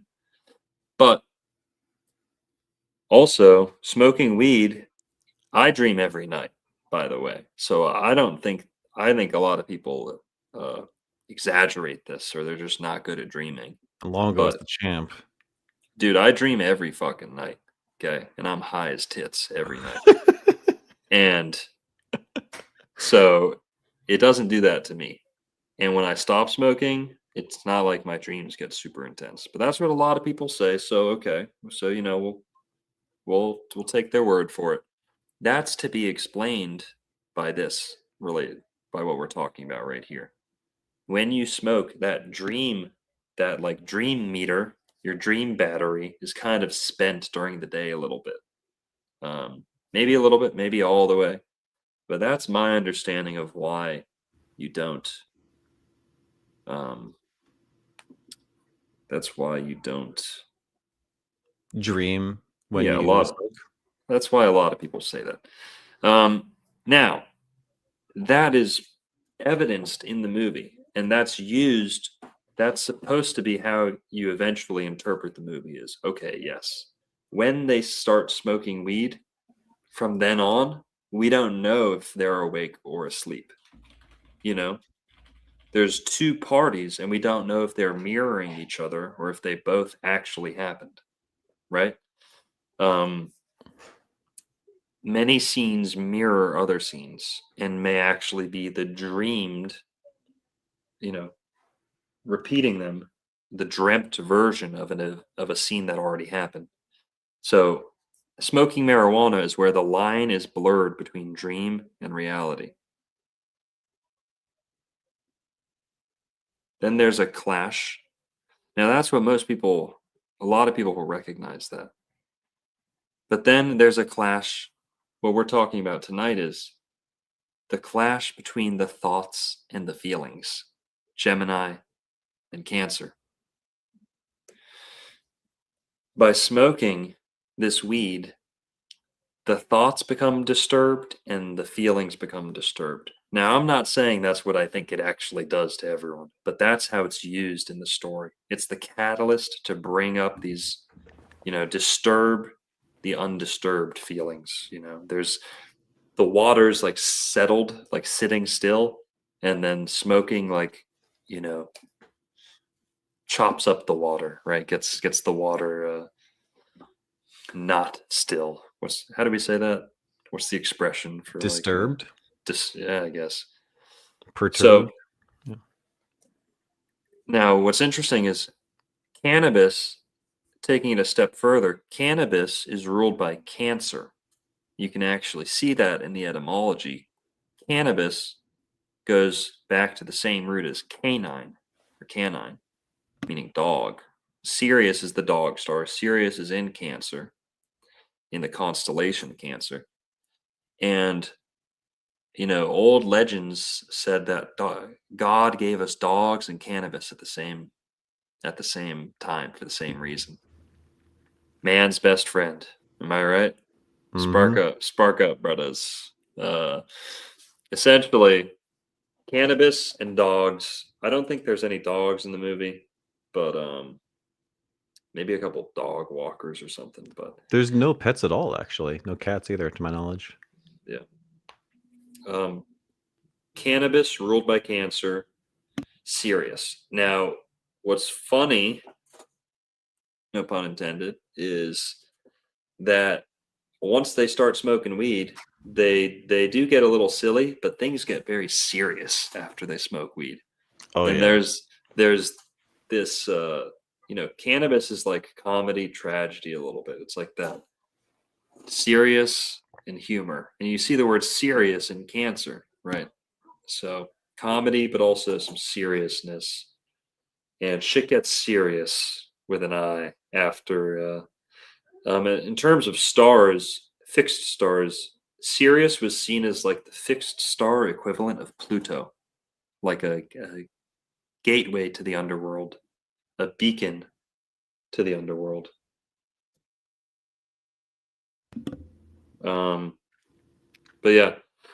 Now, what else? What we see is some mania come out of Alice. Okay.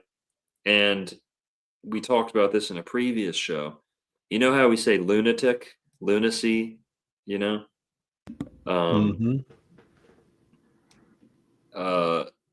Mania goes back to Mani, the moon goddess. Mani, old Germanic or English moon goddess. So when we say many, you're multiplying something. That's the moon doing her job, multiplying like a mother, right?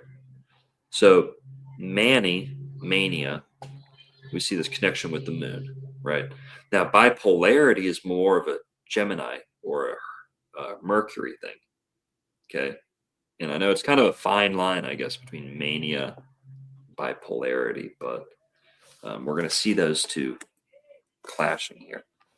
So they smoke marijuana, and then shit starts wigging out. Okay, when they smoke marijuana, well, here we'll come back to the marijuana scene. All right, first we're introduced to Helena, their daughter. Helena can mean sun, right? It can mean like Greek, Hellenic, Mm-hmm. Helios, Helena, also hell in there, you know. Helena Harford, their daughter, is played by Madison Eggington, and she's a Virgo. Now, her birthday is not super important. We're going to be focusing a lot more on Cancers and Geminis. Because, like I said, after they smoke weed, it is like Cancer, Cancer, Gemini, Gemini, Cancer, Cancer, Gemini. Everyone else that pops up is a Cancer or a Gemini. And we're seeing them talking. It's almost like the characters bumping into different versions of themselves, reflections of themselves, right? So Helena, being a Virgo, represents virginity and innocence. Okay, she is the only person who is like totally sheltered from the nudity and the violence and the intimidation and, you know, you name it. So until the very end, some people theorize that she's actually abducted at the end of the movie. I think it's a little far-fetched. There's no proof of that. Yeah. And it's interesting, after he gets the letter saying, hey, back off, the very next scene, he goes and he sits with Helen and his wife. So it's like he sees that return to innocence there as like the reason to back off a little bit. Yeah. So Helena doesn't talk much, but then we get Roz, her babysitter. So this is in order of how we meet the characters. Roz is the babysitter, played by Jackie Sowiris, however you say that. And from what I saw online, not confirmed, but I saw some evidence that she was April 7th, born April 7th, which would make her an Aries. That made sense to me because her name is Roz, which means red or rosy. Rosalind, short for Rosalind or something else. Mm-hmm. Common Jewish name for girls.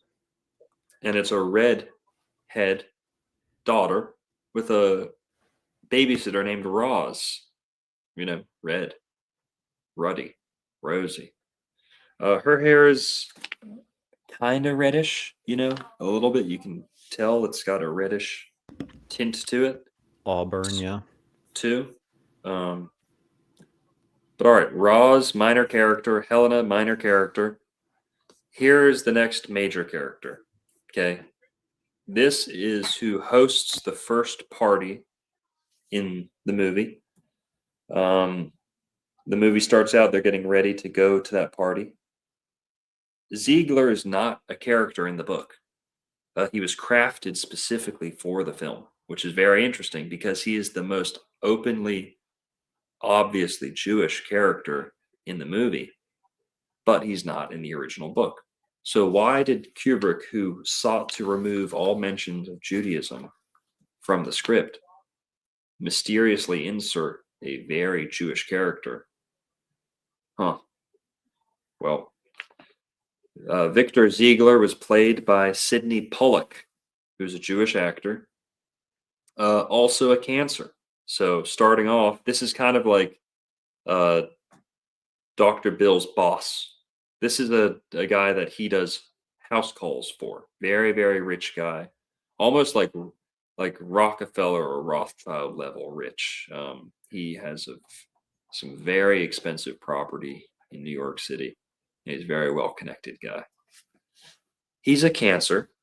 So when we see this with the other characters having the same zodiac sign, I'm going to call these reflections or projections, okay?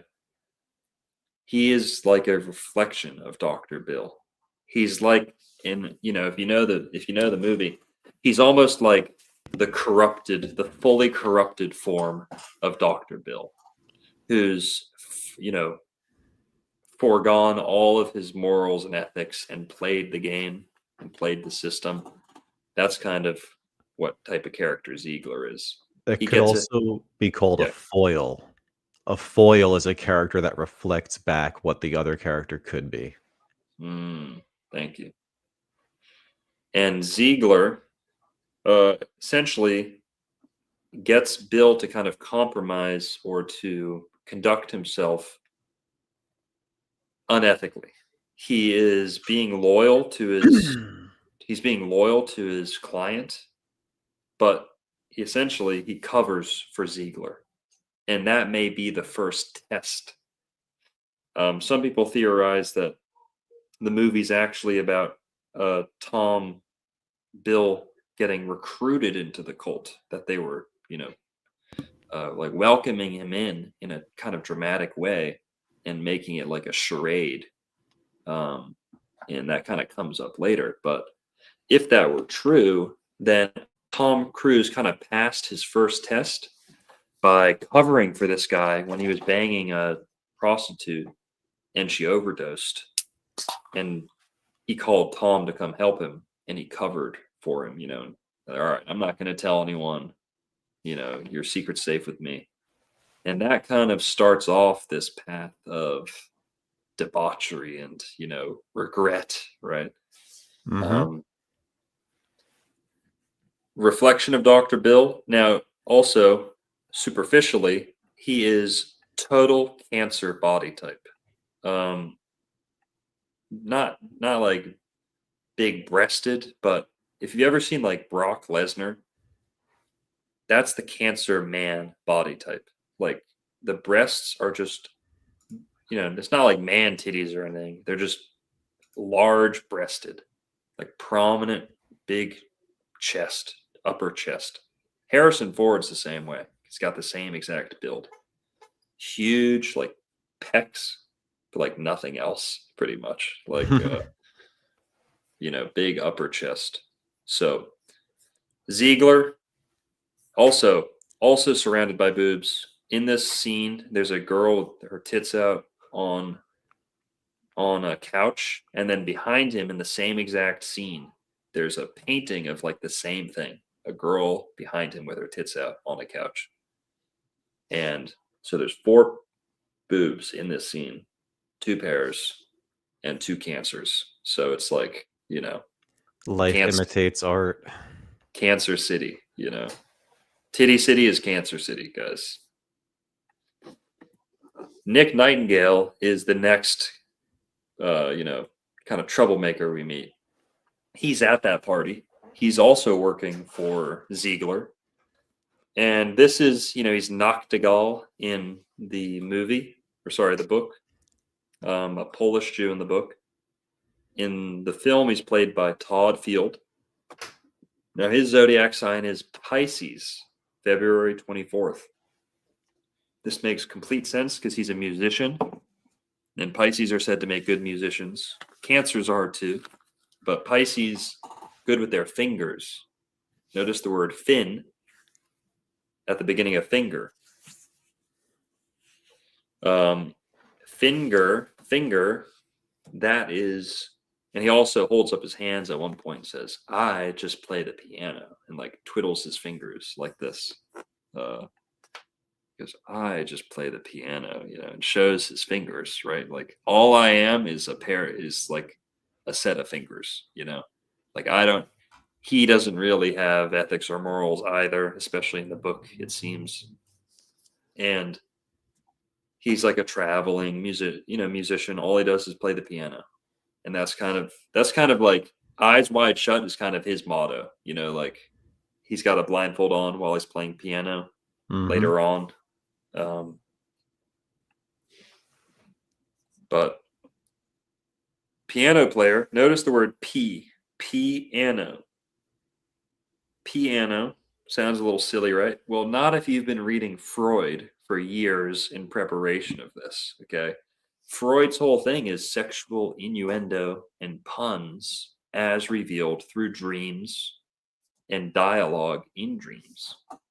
So when someone says something that sounds, piano, that's valid. that's valid in the Freudian system, like of extracting every and all sexual innuendo from everything you hear all around you, you know. He plays the piano. Sorry, I still have my cell phone. Sorry. Plays the piano, uses his fingers, and yeah, what else can we say? You see anything else Piscean about him? A little Well, sad. He's kind of depressed. He's a defeatist. He gave up easy. Got a little bit of a pussy. Those are all very Pisces things. he's a pushover. He got beat up. He got sent on his way. He got sent packing. So he is finished in New York. He got sent back to, I think they say Washington or Seattle specifically. So you're finishing this down, kid. The Big Apple's over for you. Very Piscean right there. And yeah, like that fin part's great. You know, when human beings swim, you know, we use our fingers as fins, quite literally. Yeah. Well, all right. So he plays a crucial role in the movie, but not a big role. Xander Zavost, played by Sky Dumont. Okay, this is the character who attempts to seduce Bill's wife at the first party. And he kind of does a good job until she realizes how drunk she is, and then she leaves. Played by Sky Dumont, he's a Taurus, May 20th. Okay. What does that tell us? And what does his character kind of exude? He's pleasure driven. Pleasure driven. Oh, have you had the wine? Have you seen the art? Oh, have you heard of this poet? Oh, we should run away. We should go upstairs. And he invites her to go upstairs, which is another Freud innuendo. You know, Freud said going upstairs in a dream means that you're having sex. He literally asks her, he says, "Do you know why women traditionally got married?" And she's like, "No, tell me." And he's like, "So they can lose their virginity and have sex with who they really want to." So like he is like truly like I think he's a very Saturnian character as well, the tempter. But I mean the fact that he's a Taurus, totally pleasure driven, like you're saying. Perfect. Well, I see the tempter as Venusian. You know, Mhm. Saturn punishes you. You got to get tempted first with Venus. Venus is Lucifer, and Yep. that's very present in Taurus.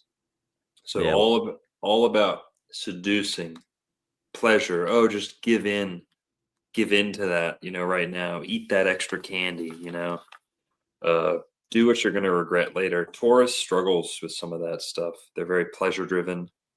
It's hard for them to shut off their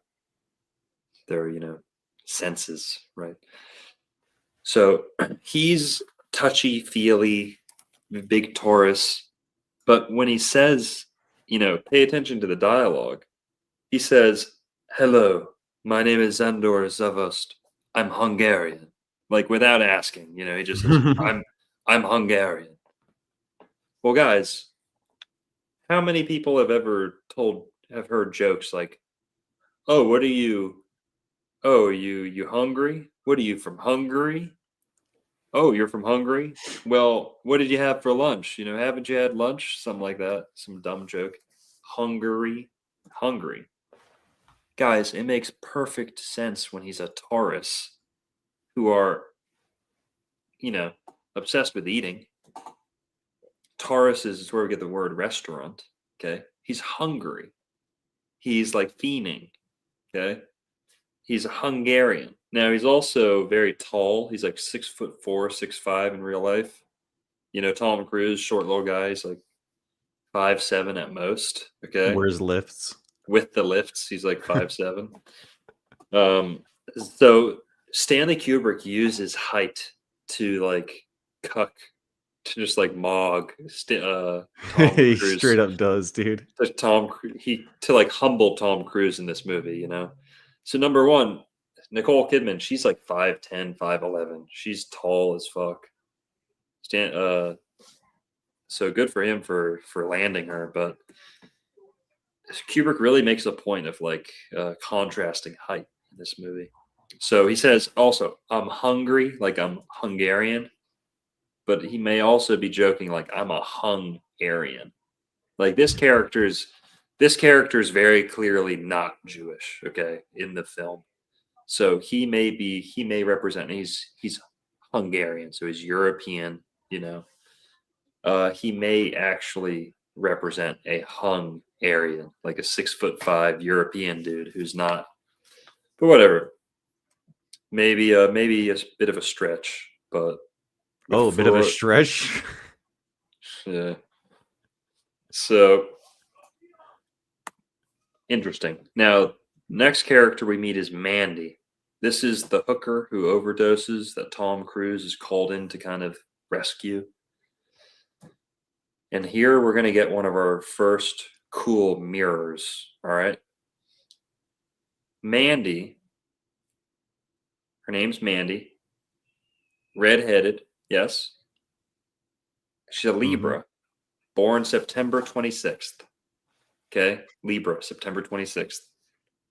She is revealed to be a model, an ex beauty queen, and she overdoses, which reveals low self control. Big Libra theme, right? Libras have a hard time with that free will and the balance.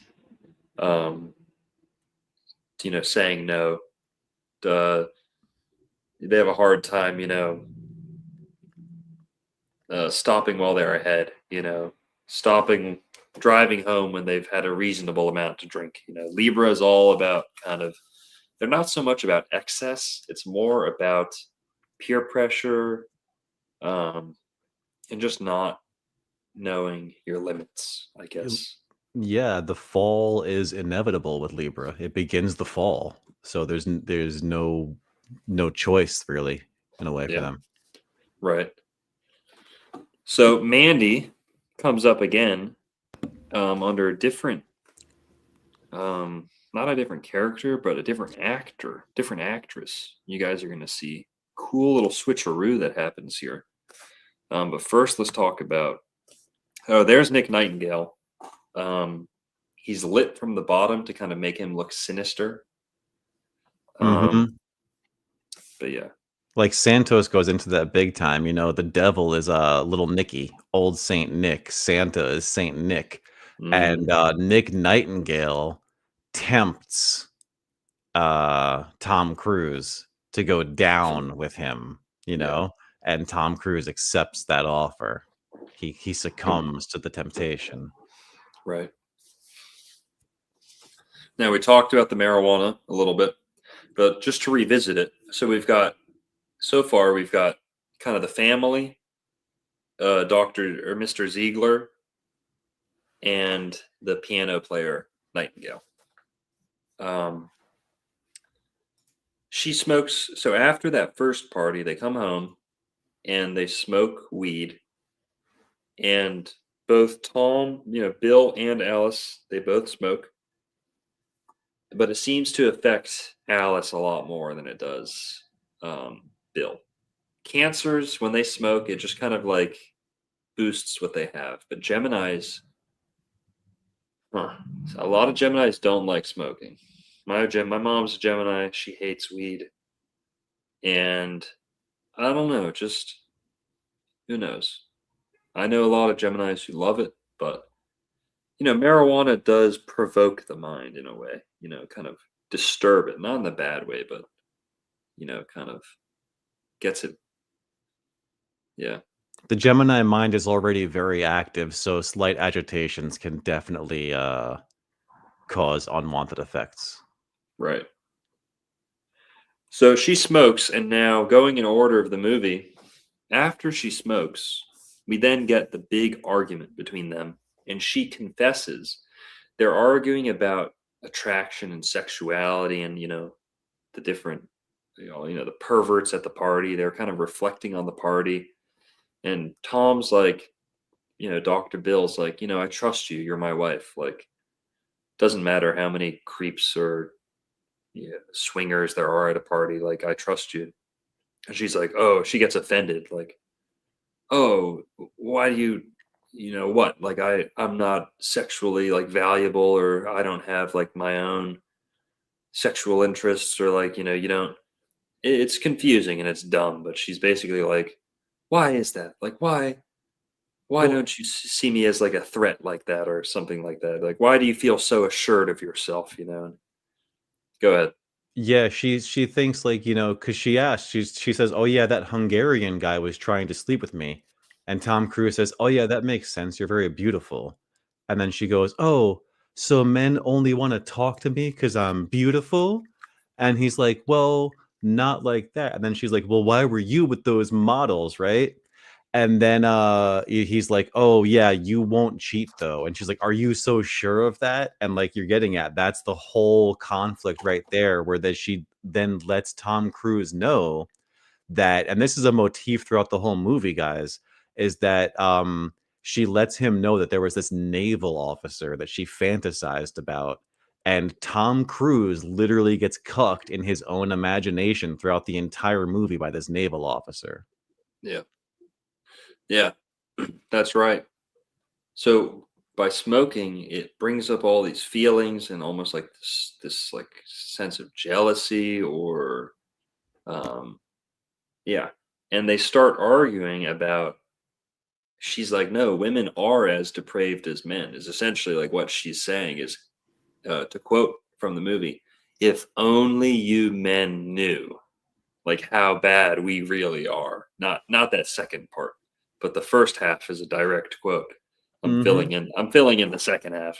If only you men knew how perverted and like backstabbing, or you know, how willing we are to you know, throw it all on the line just for like a moment's experience, you know, just like men, you know. Hmm. That's, and then they all, their relationship is tested, you know, Yeah. fiercely after this. And Tom goes off on his own, and he's so hurt or like jealous and in his feelings that he then goes and launches himself on this like, he's Odyssey. he's hungry for sex, you know. He's so angry at his wife that he wants to get back at her, essentially by having like meaningless sex with someone else, you know, to kind of rebalance like the power dynamic, you know.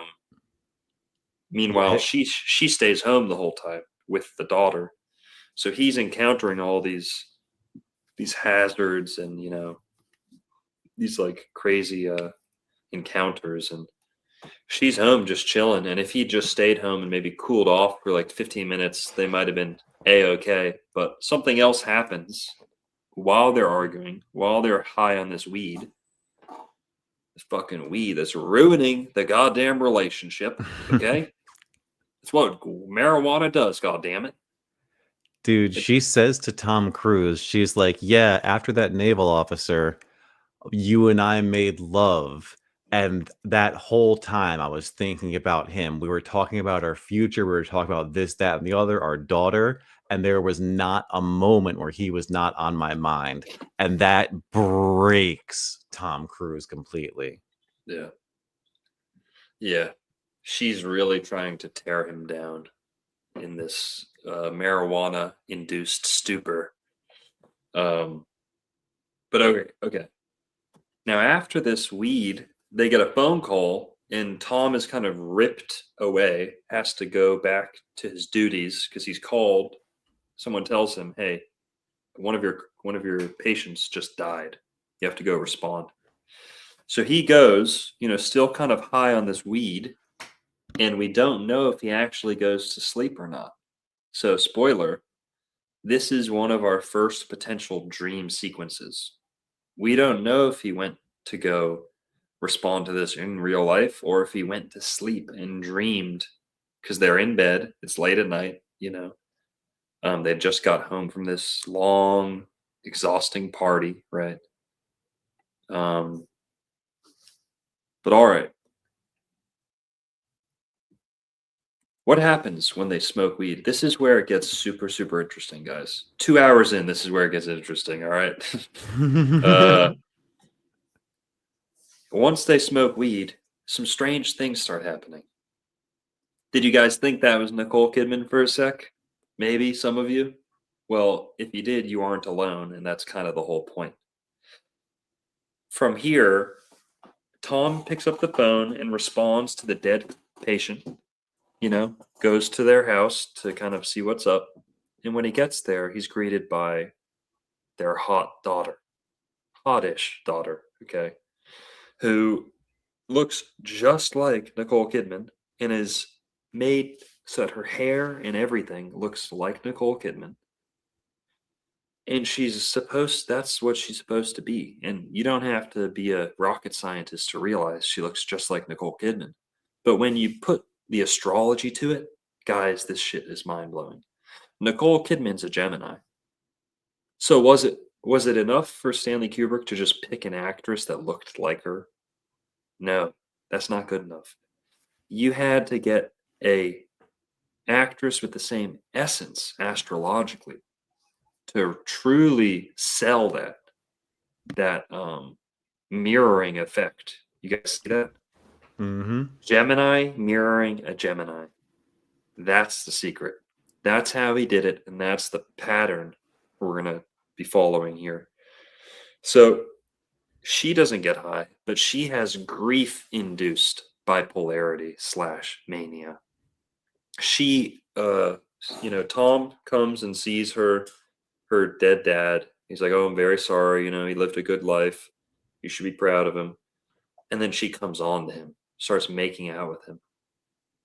She's like, "Oh, I just want to leave my whole life. I hate my husband. Please just take me.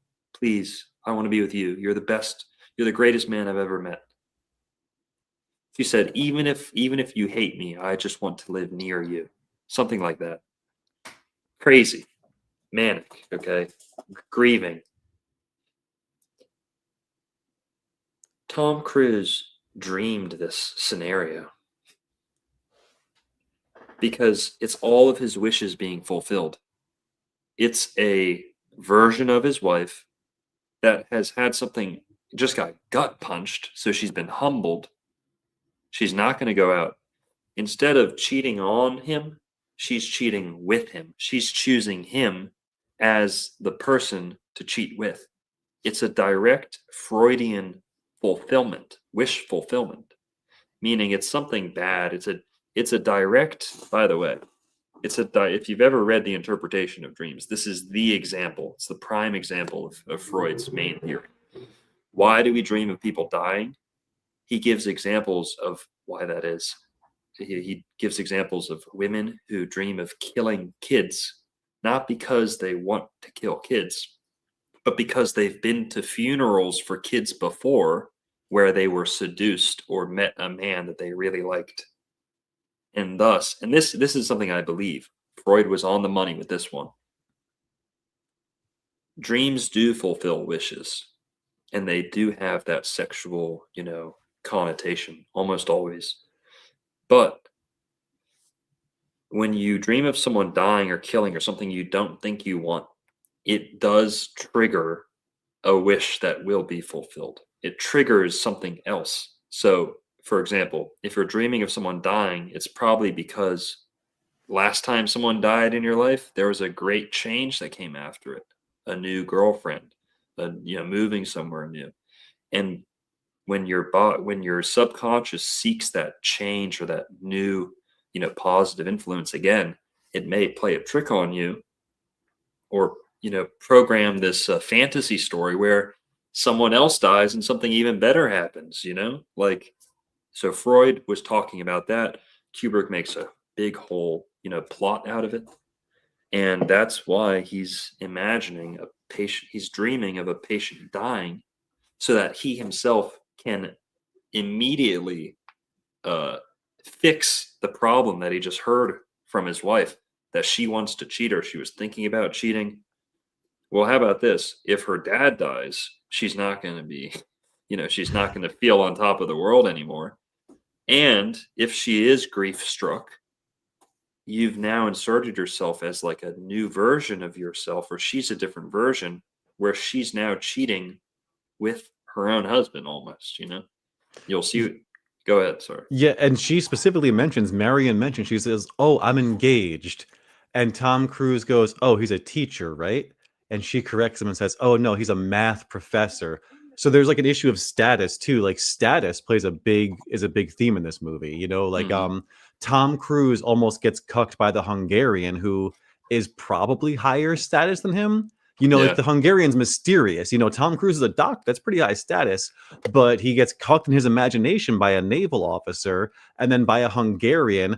And again, like at the party, Nicole Kidman's like, "Oh, do we even know anybody here? Why does Ziegler invite us to these? They do feel like a bit out of place." And then Tom Cruise says, "Oh, this is the benefits of doing house calls." So they're like elevated in status. And then she almost succumbs to that temptation there. But then with this dream fulfillment, like you're talking about, you know, he has everything that would have been reversed for him. You know, he's Yep. married to her. This woman is engaged to someone lower status than him. He has the opportunity to cuck somebody else, but he doesn't. He resists the Yeah. temptation, which again, going to like deeper themes of this movie, right? This themes of it's a sexual on a very basic nature, but it's about resisting temptation throughout the whole movie, which is a virtue. Yeah. 100%. Good points. Guys, we got 520 in the chat. What's up, y'all? Thanks for tuning in. Let's catch up on some tips here. Isun Mean says alleged eyes wide shut screener claimed many scenes were removed, like Harford walking by a room at party with rituals and hexagram on floor. A mere 5 seconds, but huge. Good point. Huge. Bud Bear with the 33 bucks says Cucumber is full blown Jimmy Fallon. Love you or love y'all. Thanks, Bud Cucumber Bear. is a legend. Shout out to Cucumber. Barney Boyle with the 9.99 says, "Bro, I hope you're still doing this in 20 years. Your content is both mind expanding and relaxing. I love to pass out to it. No Cuomo, bro. Quit fucking. Hell no, bro. Hell no. Nah. Sign me off. I'm not down with your little night dates, all right? I don't want to be your little night, your little Barney time, okay? Your little fucking you better not be wet dreaming to me, okay? I'll be fucking pissed. Whoa. I will That's be very pissed. eyes wide shut though. Yeah. No Cuomo, bro. No Cuomo. Just kidding, Barney. When he Love wrote you. that, I thought he said passing it out, like distributing it to his friends. I misread that. No, I'm just pass out to it, yeah. I'm just teasing. I hear that a lot, okay? And it is, I don't know, it's people say, "Oh, I love to fall asleep to your voice," or "I love to men say this to me like all the time." It's like whatever. Hey, it happens. Ugh. Just kidding. I appreciate it. I'm only teasing. Stay viewing. Isun Mean says with 5,000 yen, Did he? won, whatever the fuck these are. Why did he always adopt others' stories? My idea is that it's a liability shield, aka plausible deniability. That's a good theory. Oh, this kooky idea, not me. It was the book. Yeah, that's a good point. How about this? Kubrick realized that the essence of cinema is not coming up with a good story. It's showing someone a good story. Okay. You Hmm. don't, you don't like, what does film bring to the table? Moving picture. That's what you're focused on. Good plot, good dialogue, good everything. That's a plus. What a movie really should be is beautiful, striking, or well done visually. At the very least, make it a good looking movie. It's like music. If all you've got is the sound, then make it sound good. You're not worried about the. So with film, you get a lot of different media in one package, but the focus should be the film, the visuals. So I think he realized, don't waste fucking time trying to come up with a good story. Like, pick one that you really like, adopt it, adapt it, and run with it. Quentin Tarantino kind of does the same thing a little bit. doesn't really start from scratch. Starts with something that he liked before. Who knows? At the end of the day, there is nothing new under the sun. And just real quick too, the sound, the score for this film is incredible. The Yeah. striking piano keys, the constant tension is really good. John Sup, 1744, Hollywood if it could. What up, John Sup?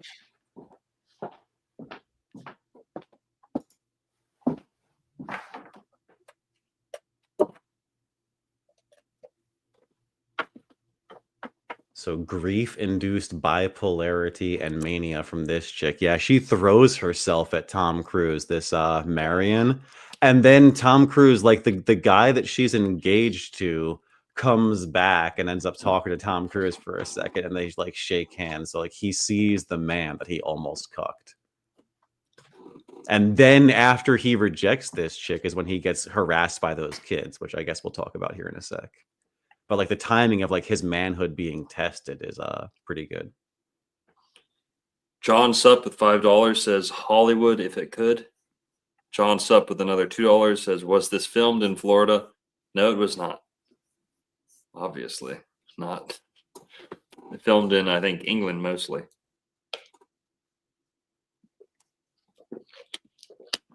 So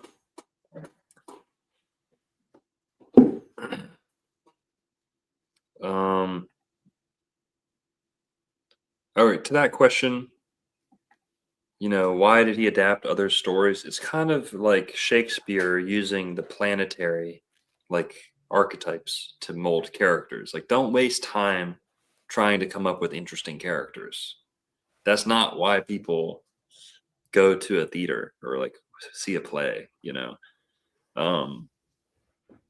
if you're wasting time trying to make characters interesting, number one, they're probably not going to be interesting, and it's not going to be that successful. Okay, or you're just going to get lucky, right? That's where we're at with like movies today. Is they try and make the characters so interesting and unique that it actually makes them so boring and just unremarkable And unrelatable too. Because Yeah. if they fit archetypes, like everyone, we all fit different archetypes. That's Right. why in this film, the astrological mirroring works so well because the archetypes are real. Like it's not bullshit. It's actually a thing and it actually works. Yeah. So I think that's kind of the same dynamic there is just don't waste time with it. Like there's better things to waste your genius on, All right, moving on. So Marion is a mirroring Marion, I don't know, whatever. Married, marry on, who knows? And her name is Marie, so it's like super close to her actual name. Right. Now, she is clearly mirroring Nicole Kidman. Let me pull this off screen here. She's mirroring Nicole Kidman, and this is right after the marijuana, kind of like split their reality. Mirrorana? Okay, no. I feel like that was a long ago classic stretch. Did you? I know. I just said that. Oh, I didn't say that, but I tried to say the same thing, like Mary, mirror, Marion. Yeah. Whatever. I'm with you. So Marion is mirroring Nicole Kidman, Alice's character. And also Alice, Alice in Wonderland, Alice in Chains, Alice, down the rabbit hole. This movie's all about going down the rabbit hole. Now, what's crazy about Marion is it doesn't stop there. She's Gemini, born within a couple, or I guess 2 weeks of Nicole Kidman.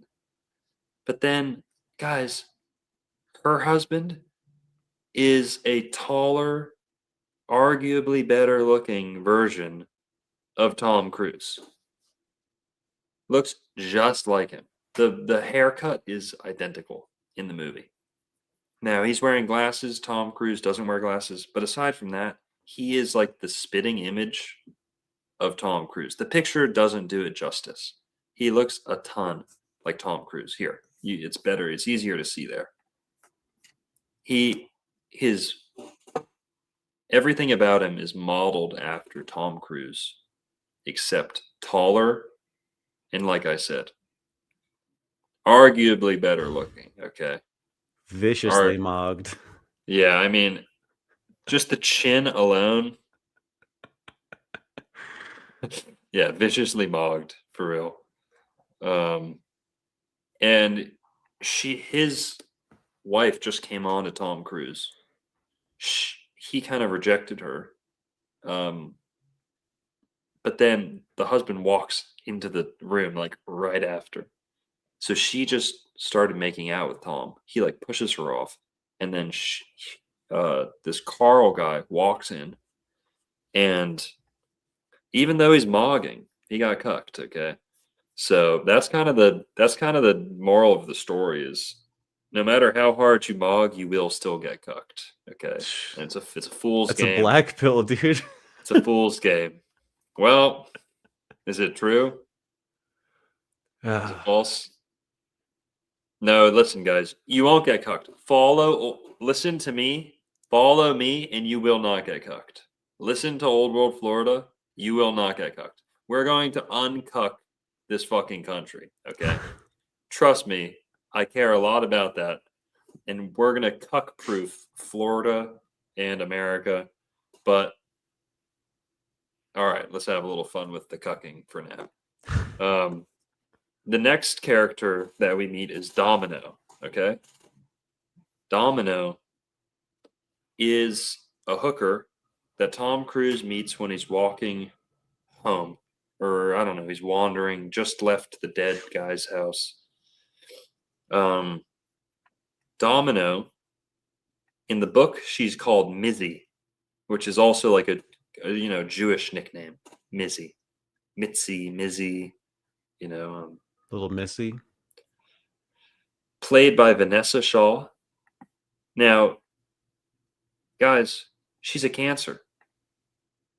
She's a Cancer, also Cancer, July 18th. So what does that tell us? She is, in a way, reflecting or like a projection of Dr. Bill. And she actually calls him Dr. Bill a lot. Like, that's her favorite way to talk to him, Dr. Bill. And also the fact that his name Bill is like a dollar bill, Dr. Bill, dollar bill. I think Merlin touched on the Will I Am part. Very little bit. Yeah, we'll talk to that. We'll talk about that some more. But her name's Domino. She represents a domino effect. Okay. Also, domino, it's kind of like yin yang. Numbers on one side, numbers on the other side. A little bit Gemini, a little bit black and white pillars of like Throw my royal screen up arch. for a sec. When she first meets him, her coat looks like a domino. It's black and white, like a domino. Like a zebra, almost. Yeah. Like and a then referee. And it is the fall because she tempts him. Like, he just went from resisting exactly what he wanted, passing up free sex, getting called a fag, and then he goes to solicit sex from a hooker. So, like, he literally keeps falling as a man. Like, it's, paying for sex is as low as it gets for a man, or it's definitely low. It's way down there.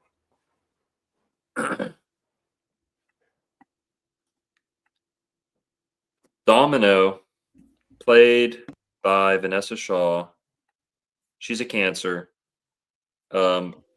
Prominent boobs. Okay, they're not the biggest boobs I've ever seen, but they're definitely prominent in the scene, and Kubrick wants you to look at them. Okay, so there's a domino effect going on. Yes, maybe potential Domino's Pizza reference.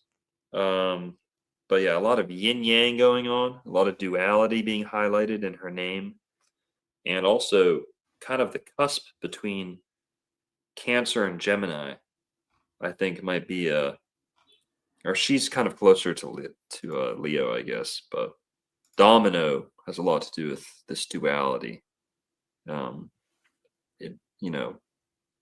It big Gemini Cancer thing going on throughout the whole movie, back and forth, Cancer and Gemini, the feelings in the mind. Okay, so Tom Cruise is almost like every time he meets a Cancer, it's like he's encountering another one of his emotions, right? Or he's meeting a different part of himself, right? A different repressed urge or memory or something like that, you know. Now, who's after Domino? Okay, he meets Mr. Milich, played by Raid Serbages or whatever. Okay, guys, the guy that my brother and I purchased the bookstore from, took over the bookstore from, just like this guy, like just a way older version of this guy, Tamaj, my mentor, I guess, a little bit. The guy who owned the bookstore before me. He's also Hungarian. I don't know if this guy's Hungarian, but the other character was. So Tamaj is Hungarian. He kind of looks and talks just like this guy right here. And he has mutton, like big mutton chops, kind of like the beard. So Mr. Milich is a Leo. He's a Leo. And what do we find out about him? First thing we find out about him is he kind of accepts a bribe. It's not like a legal bribe. It's more like he wanted to sleep. But Dr. Bill offers to pay him extra money. So he wakes up. He's willing to kind of, I don't know, I don't want to say sell out, but he has a price. Let's just say that. We find out Mr. Milich has a price for everything, right? He accepts a bribe, more or less, but his occupation is he sells masks and costumes. He owns the costume store, and Dr. Bill's there to buy a costume so that he can get into the masked ball / orgy. Mr. Milich is preoccupied with his hair. As soon as he finds out Dr. Bill is a doctor, he says, "Hey, my hair. Can you help me with my hair? It's falling out. My hair. Look here. Look at my head." Very Leo coded people. Leos are all about their hair. Very vain, right? But also it's like the mane, like a lion's mane, So he's very protective and concerned about his hair. And Dr. Bill's like, "Dude, I got to get to this party. I don't have time for that." But very Leo coded. Okay. Now, beyond that, what we find out about him later is he pimps out his daughter. And his store is called the Rainbow.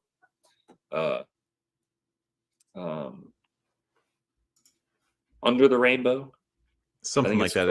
It's a rainbow theme. Under the Rainbow or Rainbow Costumes or something. The name of this bookstore before we took it over was the Rainbow Bridge. Isn't that interesting? So from the same guy, Milich's daughter, okay, that we find out he's pimping out.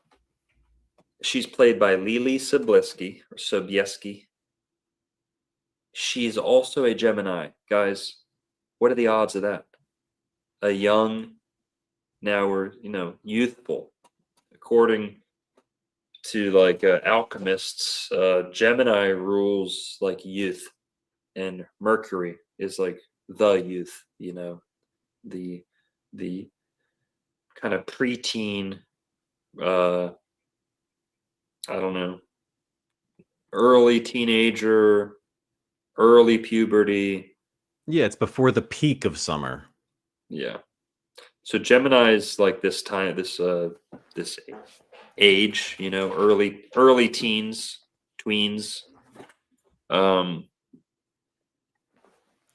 But what we find out is she's an object for sale. That's kind of a Gemini thing, like you're just merchandise, She's just merchandise, unfortunately. But we see this is kind of an overarching theme in the play, or the whole movie is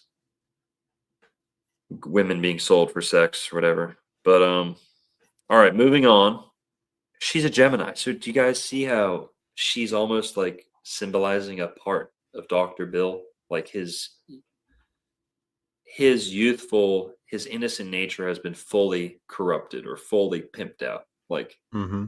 he, from this point onward, if he didn't stop what he's doing and call the cops right then and there, from what he saw this night, Oh, he's revealed himself to be a corrupted person, whether it's explicit or obvious or not.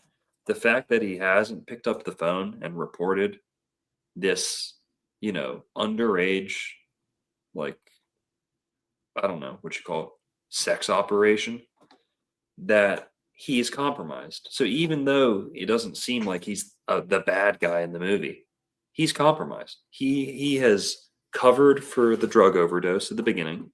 He's turned a blind eye to this guy pimping out his underage daughter.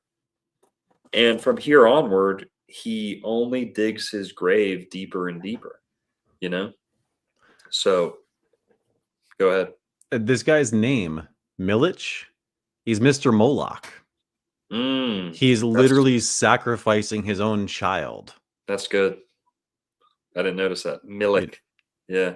Just switch it to an O, and you got Moloch, and he's his own, and then his daughter comes on to Tom Cruise. She literally grabs onto his chest. If you want to throw my screen off real quick, so like he's a Cancer, and her arms, Gemini rules the arms, are literally grabbing his chest as the dad is there, trying to be like, oh yeah, this is all normal, because what happens? These two guys were just with this young woman. Yeah. So yeah, dude, it's crazy. Mr. Moloch sacrificing his own child. That's crazy. I didn't notice that. Milich, Moloch, that's a good one. Also the fact that he sells masks and costumes is like, he's at the threshold of like how people really are and how people act like behind the mask, and being a Leo, that's also kind of a Leo thing, very keen on facades and masks and performances, right? How things seem versus how they really are. Yeah, costumes are performative by nature. You put them on to perform. Especially in the Freudian sense of the word, the ego, right? The Freudian ego, right? And so mask, ego, right? Outer self, all this stuff, inner self, outer self, shadow, you name it. Freud, Jung, they're all kind of poking at the same thing. So these are the two Japanese men. Okay. And speaking of Saturn. Oh, yo, throw your screen back up. Mine's still up. Oh, yeah. Speaking of Moloch, okay, I didn't pick up on that. But number one is a Libra, September 26th. So that's a date we've already seen. We've already seen September 26th with Mandy. And the other guy's Capricorn, January 2nd. I think he might be the only Capricorn in the movie. Kubrick was very particular about avoiding certain signs in the movie. There is no Sagittarius in the movie. There is no, what else? Maybe everything except Sagittarius. Lucky you. Yeah, everything except Sagittarius in this movie. But one's a Libra and one's a Capricorn. What do they have in common? Saturn. Saturn exalts in Libra and it rules Capricorn. So if Moloch is Saturn, which it is, and Milich is Moloch, potentially, that's a firm connection. He's making deals with the devil, Satan. Two well-dressed, sharp-dressed men, the devil. Now also, Tengu connections, okay? Are they carrying their Torah scroll? Who knows what the Tengu are, guys, okay? The Japanese have historically found conflict with the Jewish people, and they have some interesting perspectives on them in their ancient mythology. They call, there's a legend about Jewish people that they call them Tengu. and they often, yeah. So whatever, go look that up on your own. But Japanese and Jewish people, strange connection between the two. Kind of one of animosity, a little bit. Again, the Japanese sided with Germany in World War II, so that's part of it. But I did a whole review about a movie about Mossad in Florida, and like terrorist attacks in Florida, and a big part of the plot was like Japan, like also being involved, kind of being in the way of Israel getting what they want. What? That never Yes, happens. they fear The they samurai. fear, they fear the samurai. So What's the cab best? driver, we meet the cab driver who's driving Bill around at night, this night.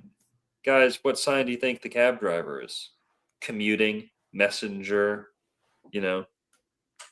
middleman kind of job. Gemini. Being a cab driver or an Uber driver is the most quintessential Gemini job there is. Geminian. Some more Gemini themes. Dr. Bill's about to pay the guy, and then he tears the bill in half.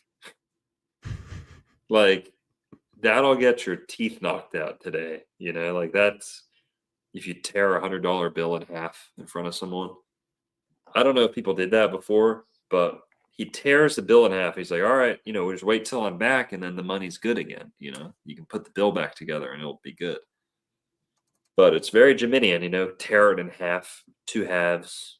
There's a face in the middle of a dollar bill. You're tearing it in half. You're kind of tearing a face in half, two-faced. There's two faces on a dollar bill to begin with,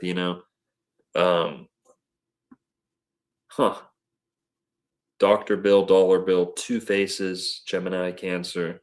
Interesting. Yeah. So the money's torn in half, and that's kind of a Gemini thing. Cabs, yellow, orange. School buses take you to school to go learn. Cabs take you back and forth, to and from work or your occupation. Very Geminian, guys. The yellow cab, yellow school bus. So if you're a Gemini, guys, try being an Uber driver or a driver or something. You might really like it. He said later on, this guy speaks for the cab driver. He's kind of lying, but he says, are you the man with the cab waiting for you? And Dr. Bill's like, yeah. And he goes, your driver would urgently like a word with you. That's a very Gemini sentence. Urgently like a word with you. Geminis are very quick, fast. No waste. They don't like to waste time. They don't like to kill time, or, they like to be efficient. But all right. Moving on. Gate Man number 1. Now, kind of very minor character here, but the birthday just had to be included because of the name of the character in the script. Gate Man. Scorpio. The gates of Hades, the gates of hell. Once you go into this gate, you're in the underworld. It's orgy on your left,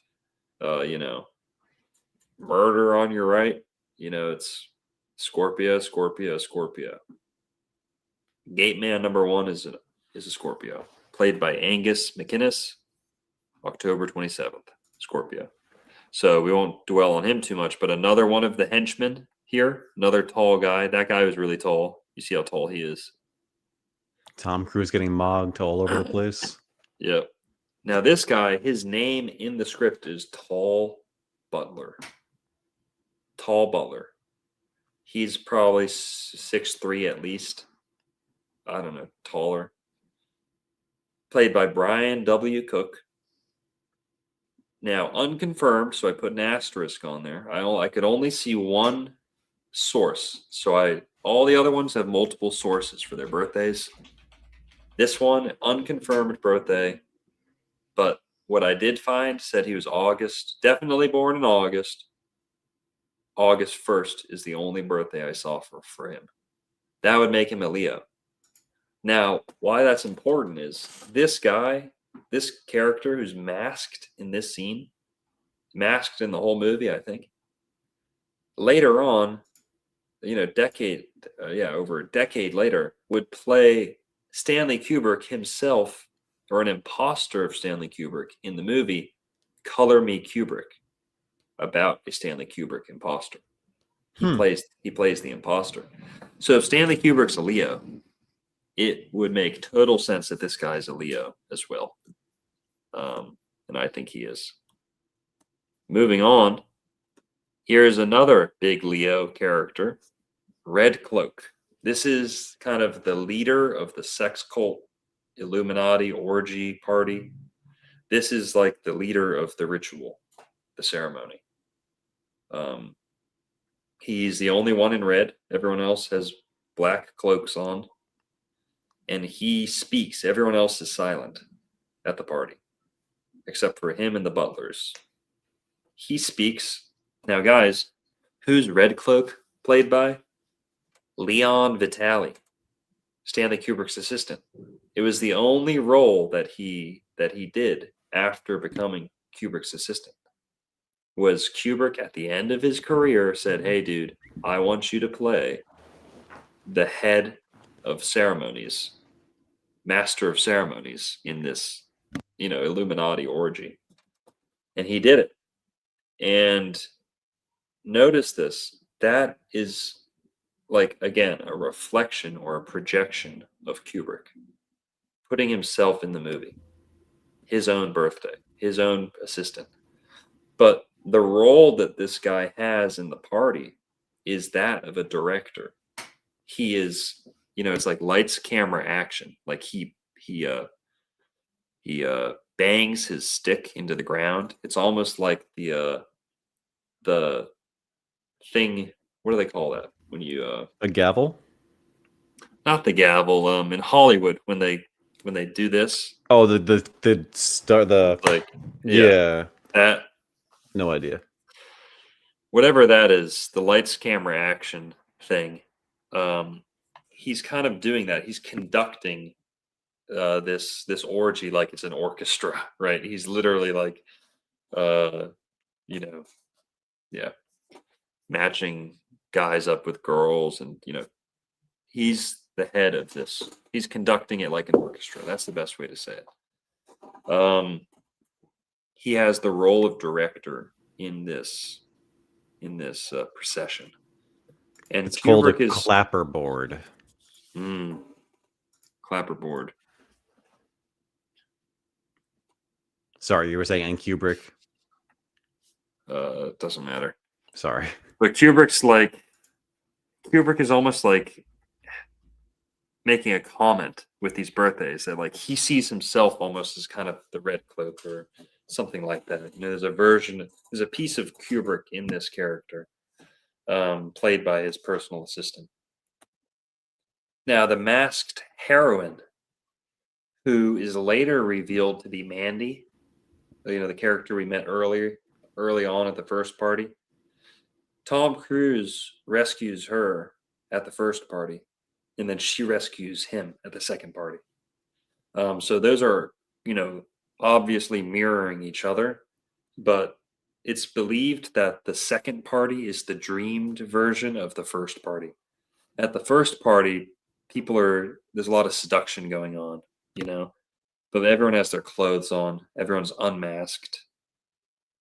But the second party is the dreamed revisitation of that.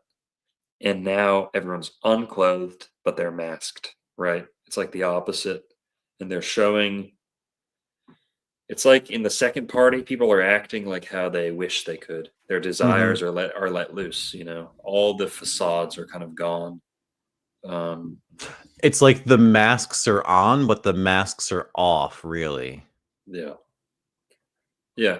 And well, when you look at, also, this is a little bit out there, but when you look at the Sandor guy, Sandor, the character, his face, let me go back to him, literally looks like the tragedy mask, or like his face looks like the theater masks, like the comedy and the tragedy, like the exaggerated eyebrows, you know. Hmm. But all right. So yeah, they're saying like the people at the first party, the people at the second party who are in this drug or this Satanist orgy, they're like the same people at the first party, you know, largely. And whatever. All right, moving on. Red Cloak, the masked heroine.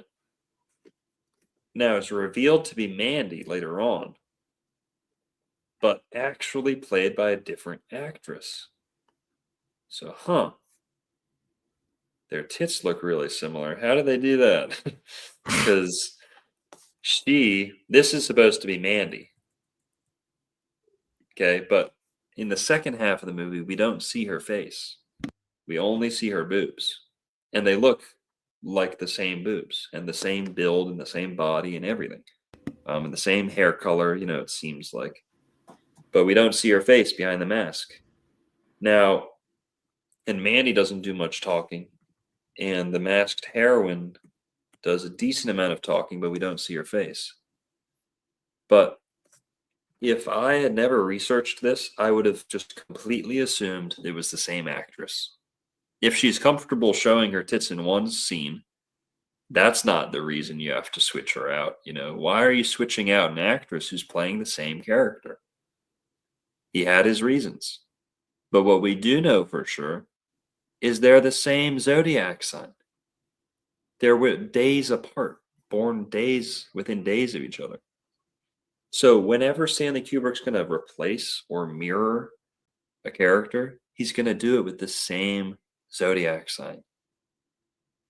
Clearly demonstrated with Mandy, who's also the masked heroine, but played by a different actress, mysteriously.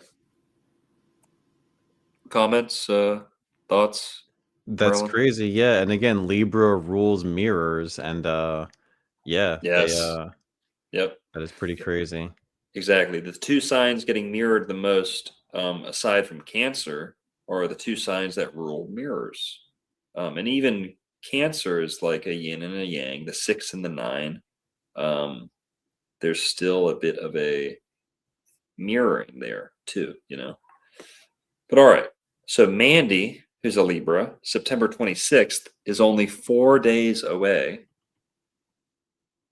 from the masked savior who rescues Tom Cruise from the orgy party. Not the same actress. Played by Abigail Good, who's also a Libra, born 4 days later. But how about that, guys? You guys catching on? You see the technique? What if it's just a coincidence, man? No, this movie just proves like this is clearly intentional, and no one has ever figured this out before, ever, except for me. Sorry, guys, I'm taking credit. I'm taking full credit. No one's ever cracked the code on this except for me. No one. Merlin's here to help me, but no one on YouTube. Who's this other guy? Is it Chris Dyer? There's Jay Widener. Let's see. I had an email exchange with this guy. Heard of Jay Dyer. It's not Jay Dyer. Jay Dyer did a video on this too. It's not that good, but it wasn't terrible. It just wasn't. It's not as good as this other guy. What's this guy's name?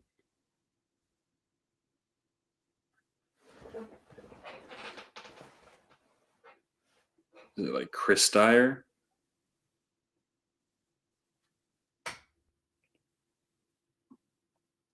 You guys know who it is. Someone in the chat's going to say it. I'm trying to look for it. Someone knows it. It's not Jay Dyer. He has a name like Jay Dyer. It's, and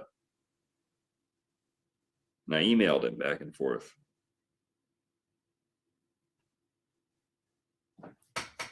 The Jay Widener?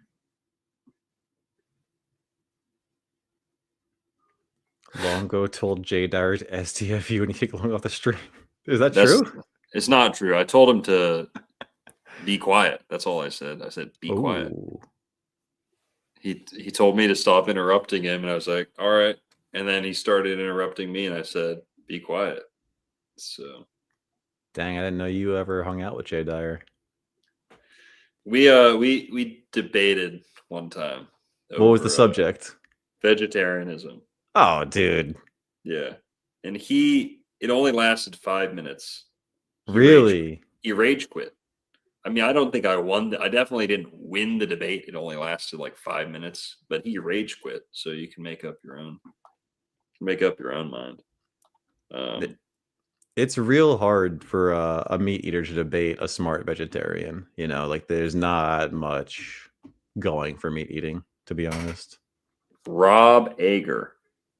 I finally found him. Rob Ager. So kind of a similar name. None of you helped me. None of you knew who it was. Never heard of him. I'm speaking for the chat too. We never heard of him, Longo. Who the fuck is Rob Ager? What does he do? What's he about? What's he all about, man? Rob Ager is a YouTube film critic. I'm sure he does stuff outside of YouTube, but I found him on YouTube. Rob Ager is like the Kubrick film like critic, decoder. He's not that good on like the real conspiracy theories. He's kind of, no offense, but he doesn't like to go too deep on the conspiracy theories. He really wants to like kind of stay within the film industry kind of conversation, right? Talking more about like plot and influences rather than the big conspiracies. But I talked to him one time when I started my YouTube channel. I said, hey, dude, I cracked the code on Eyes Wide Shut and this, how Stanley Kubrick used, I didn't say astrology because I didn't want him to steal the information before. That's not a reflection on him. I was just worried about it. And I've been thinking a long time about putting this info out. Okay. Because like I said, no one has, and I didn't know what to do with it. I actually wanted to hand it over to him so that he could present it to people who were very into Eyes Wide Shut and stuff. And I was like, hey, dude, can I just show you some, I'll show you like a couple examples and then you'll understand like the code. Because he's a smart guy. Rob Ager, he is very smart. He does have very high IQ, you can tell. But he was missing this, and I wanted to just give it to him so that he could run with it and be like, because he crushes a lot of these angles, and he's gone frame by frame, but he doesn't talk about the astrology or anything. All right, who do we meet next? Sally is Domino's roommate. We've got us covering her right now. Sorry. That's all good. Sally is Domino's roommate. She is also redheaded. So what is that? We're up to 4 or 5 redheads so far.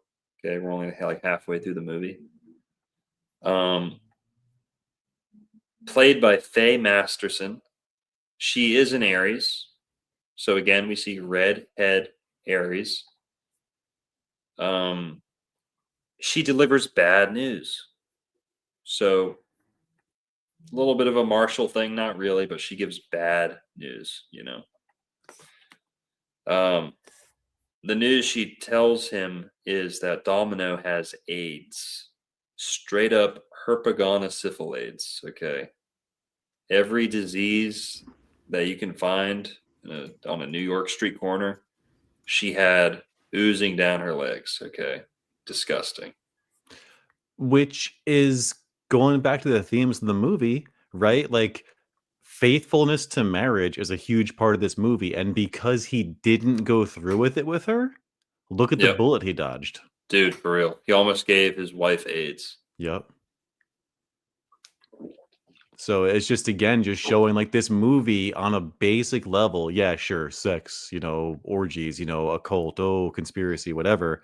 But it's really about what a healthy marriage looks like by showing what it shouldn't look like. True. And Sally is kind of like Sally's like salacious or like salesman, like going door to door. Yeah, salacious, Sally, salacious remarks, a lot of sexual innuendo going on around. Yeah, she does get quite close to Tom Cruise. She's like, "Oh, she told me how nice you were." Yeah. Stuff like that. She was but she was down to bang. He could Yeah, have banged. She was down to bang, even though it seems she thought that, he well, had whatever, HIV. that he might have. Yeah, we don't know Yeah. if Domino told him like, "Hey, we didn't bang," but whatever. So Sally's kind of into him. There's also another clue is anytime you see Christmas lights in the movie, there is sexual arousal. Someone is aroused on screen. That is the Christmas light thing. It's set at Christmas time, but all the scenes where there are Christmas lights, there is sexual arousal going on. It's supposed to represent like the neurons in your brain like lighting up. Like if you were, hooked up to a sensor, you would be showing Christmas lights like when you're aroused. That's the connection there. So she's a redhead, also an Aries. Very minor character, though, so we're not going to dwell on her. Next, we meet Alan Cummings, who plays a hotel clerk. He's an Aquarius. So January 27th, Aquarius. He's very cartoonish in this movie. But more importantly, he is queer AF. Aquarius is the Aquarius sign, okay? They're queer, they're curious.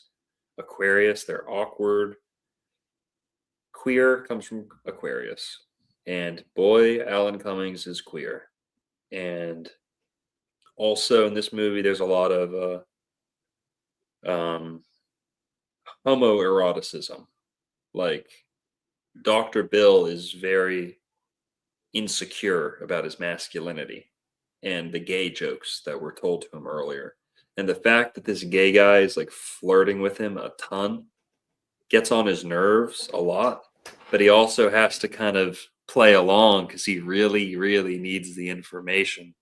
So again, kind of down on his luck, he's literally emasculating himself to like play along with this guy's little flirtations because he needs the information that he has. What did you see? Did you see my friend? He was here yesterday. He won't tell him. But this guy is like super hot and heavy over Dr. Bill. And yeah, Alan Cummings. Funny name too. But next is the stalker. Okay, the stalker who's following Tom around all over. Also a Leo, played by Phil Davies. According to the internet, his birthday is July 30th, so also a Leo. And again, another reflection or projection of Kubrick. So, who else we got? Ziegler's secretary. Aquarius Pisces cusp, played by Michael Doven. He may appear later in a mask. It's just hard to tell. Nuala, this is one of the thoughts who tries seducing him. Dr. Bill at the beginning of the movie. Played by Stuart Thorndike. Birthday was unavailable, so I couldn't find her birthday. But something she does, she spells out her name. And Freud talks about that. Anytime a word is being spelt in a dream, like really focus on that and try and interpret it every way you can. But she spells her name out for Dr. Bill. That's kind of the most memorable thing about her. And then Gail, the other girl on his other arm, birthday also unavailable. These are like very minor characters, very, not very well-known actresses. But what we know about her, most, kind of defining thing about her character is she tells a story that she had met Tom Cruise before and says, I had something in my eye and you helped me. You gave me your handkerchief. Okay. Now, the innuendo there is that we don't necessarily know what that interaction was. And part of the way she describes it is that, not to be lewd here, but they had met before, barely knew each other, kind of like in a similar instance to this. And essentially, he made a mess on her face and then gave her her handkerchief because she had something in her eye. Okay. So they may have had a run-in before, and he completely forgot about her because it was like meaningless or something. But, that might be reading into it too much. But she claims to have met him before, and he doesn't remember until she reminds him.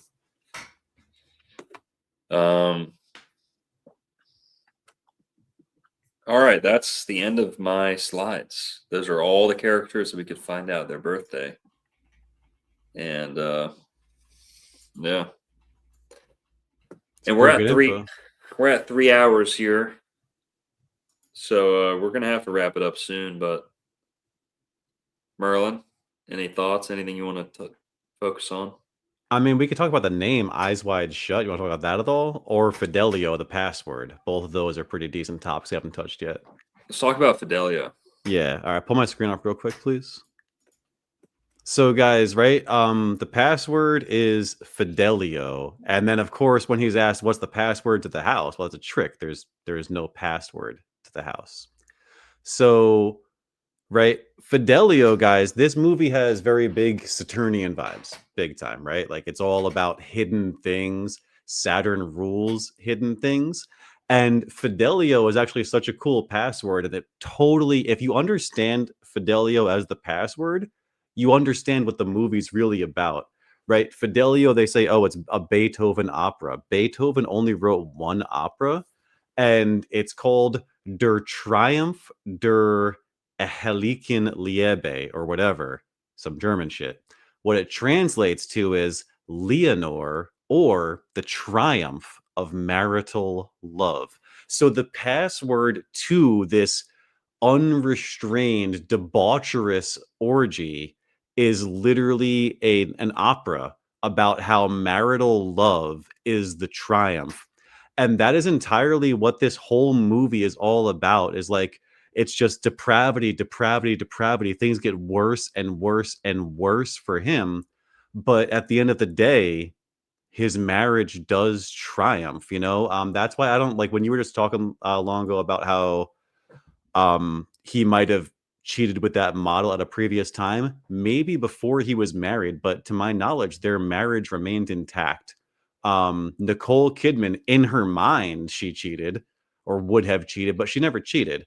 And then throughout the movie, Tom Cruise gets tempted, but he never cheats. He never actually succumbs to the temptation.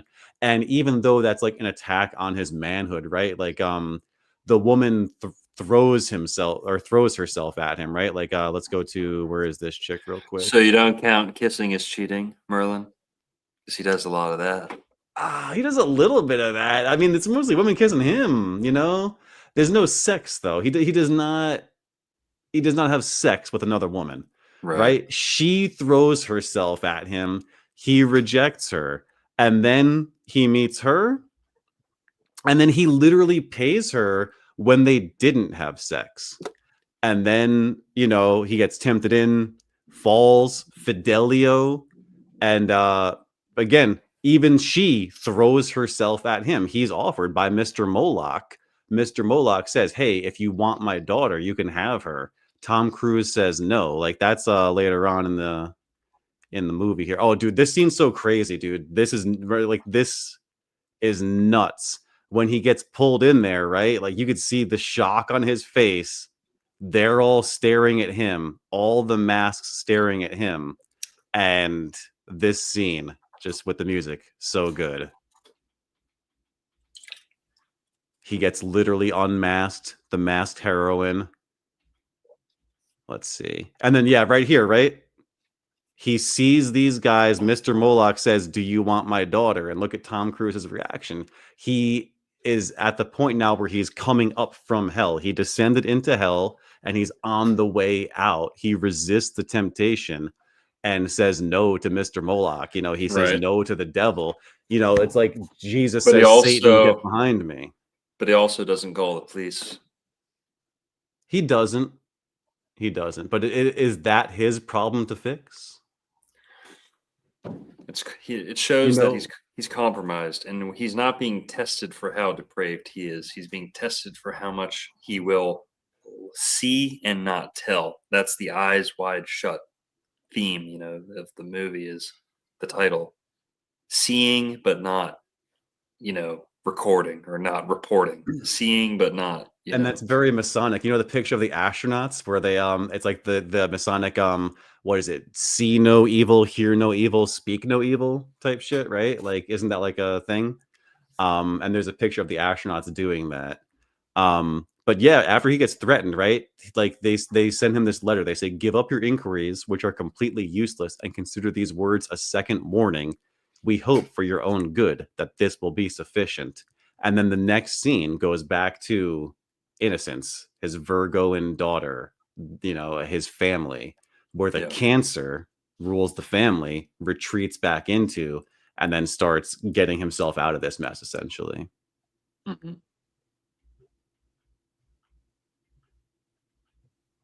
We do see her face at the end, though, a little bit when she gets pulled out in the morgue. Mm-hmm. So that's kind of interesting. Well, that's the same actress as the very beginning. But Yeah. all the scenes when she's masked, it's a different actress. Yep. Yeah. Then the pool scene. Yeah. The pool scene here was modeled after a famous painting. Oh, who was it? Was it yeah, search Eyes Wide Shut pool scene painting. Let me go for you. Is it Dali? Who is it? Yeah, that one there. No, right there on the right. Right here? Yeah, yeah. I sought to express with red and green the Van terrible... Gogh. It's Van Okay. Gogh. Yeah, Van Gogh. That I forgot. Cool. So yeah. Well, all right, guys. That's most of what we had planned. Definitely went a little bit over on the time, but it's very interesting. So we had to make sure we crammed in as much as we could. But guys, if you enjoyed this, go subscribe to Wise Wizard Merlin. Spell with a Z. Yep. You change your logo. Yeah, rebrand a little bit. Nice. Go check out his stuff. And also, what was Seth's channel? The School of Unlearning. Guys, if you watch Old World Florida, Seth, who does the conspiracy music streams with Longo, he has a channel that has a lot of great vegetarian content. Highly recommend it. He has some great interviews on there. Yeah. This is Seth. You guys know him from the health streams we do and stuff like that. Some people call him Dr. What was the nickname? Like my astrological twin. He's born the day before me. So we do look a little bit alike. At least. Yeah, he's a late Scorpio. You're an early Sag. Yeah. He's the 22nd on the 23rd. So we're real close. Yeah, that's nuts. And all right. Go subscribe to them. Go subscribe to the School of Unlearning too, if you haven't. And Merlin was on there like a week ago or 2 weeks ago. And also go subscribe to my Dr. Narco Longo channel. This is my backup channel.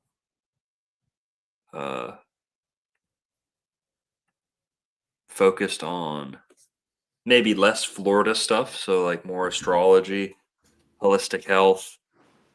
Branch off into some more other things. in on this channel. But go subscribe because that's my backup channel just in case. And I never ask for subscribers on Old World Florida, but I would like to get Dr. Narco Longo growing a little more.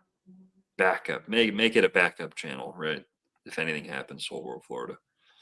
But all right, go subscribe to this too.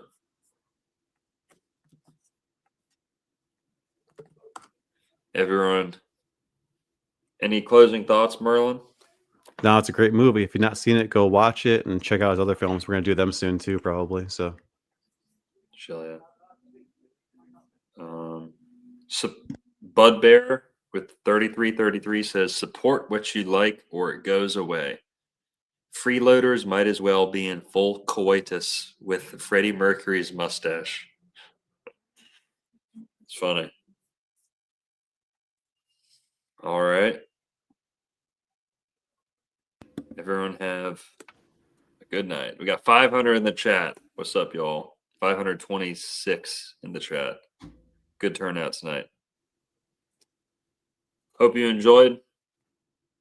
And let's see. What do we want to listen to tonight? Oh, right. play your rap song. You wanted to play that earlier. No, we'll do something else. Going low T.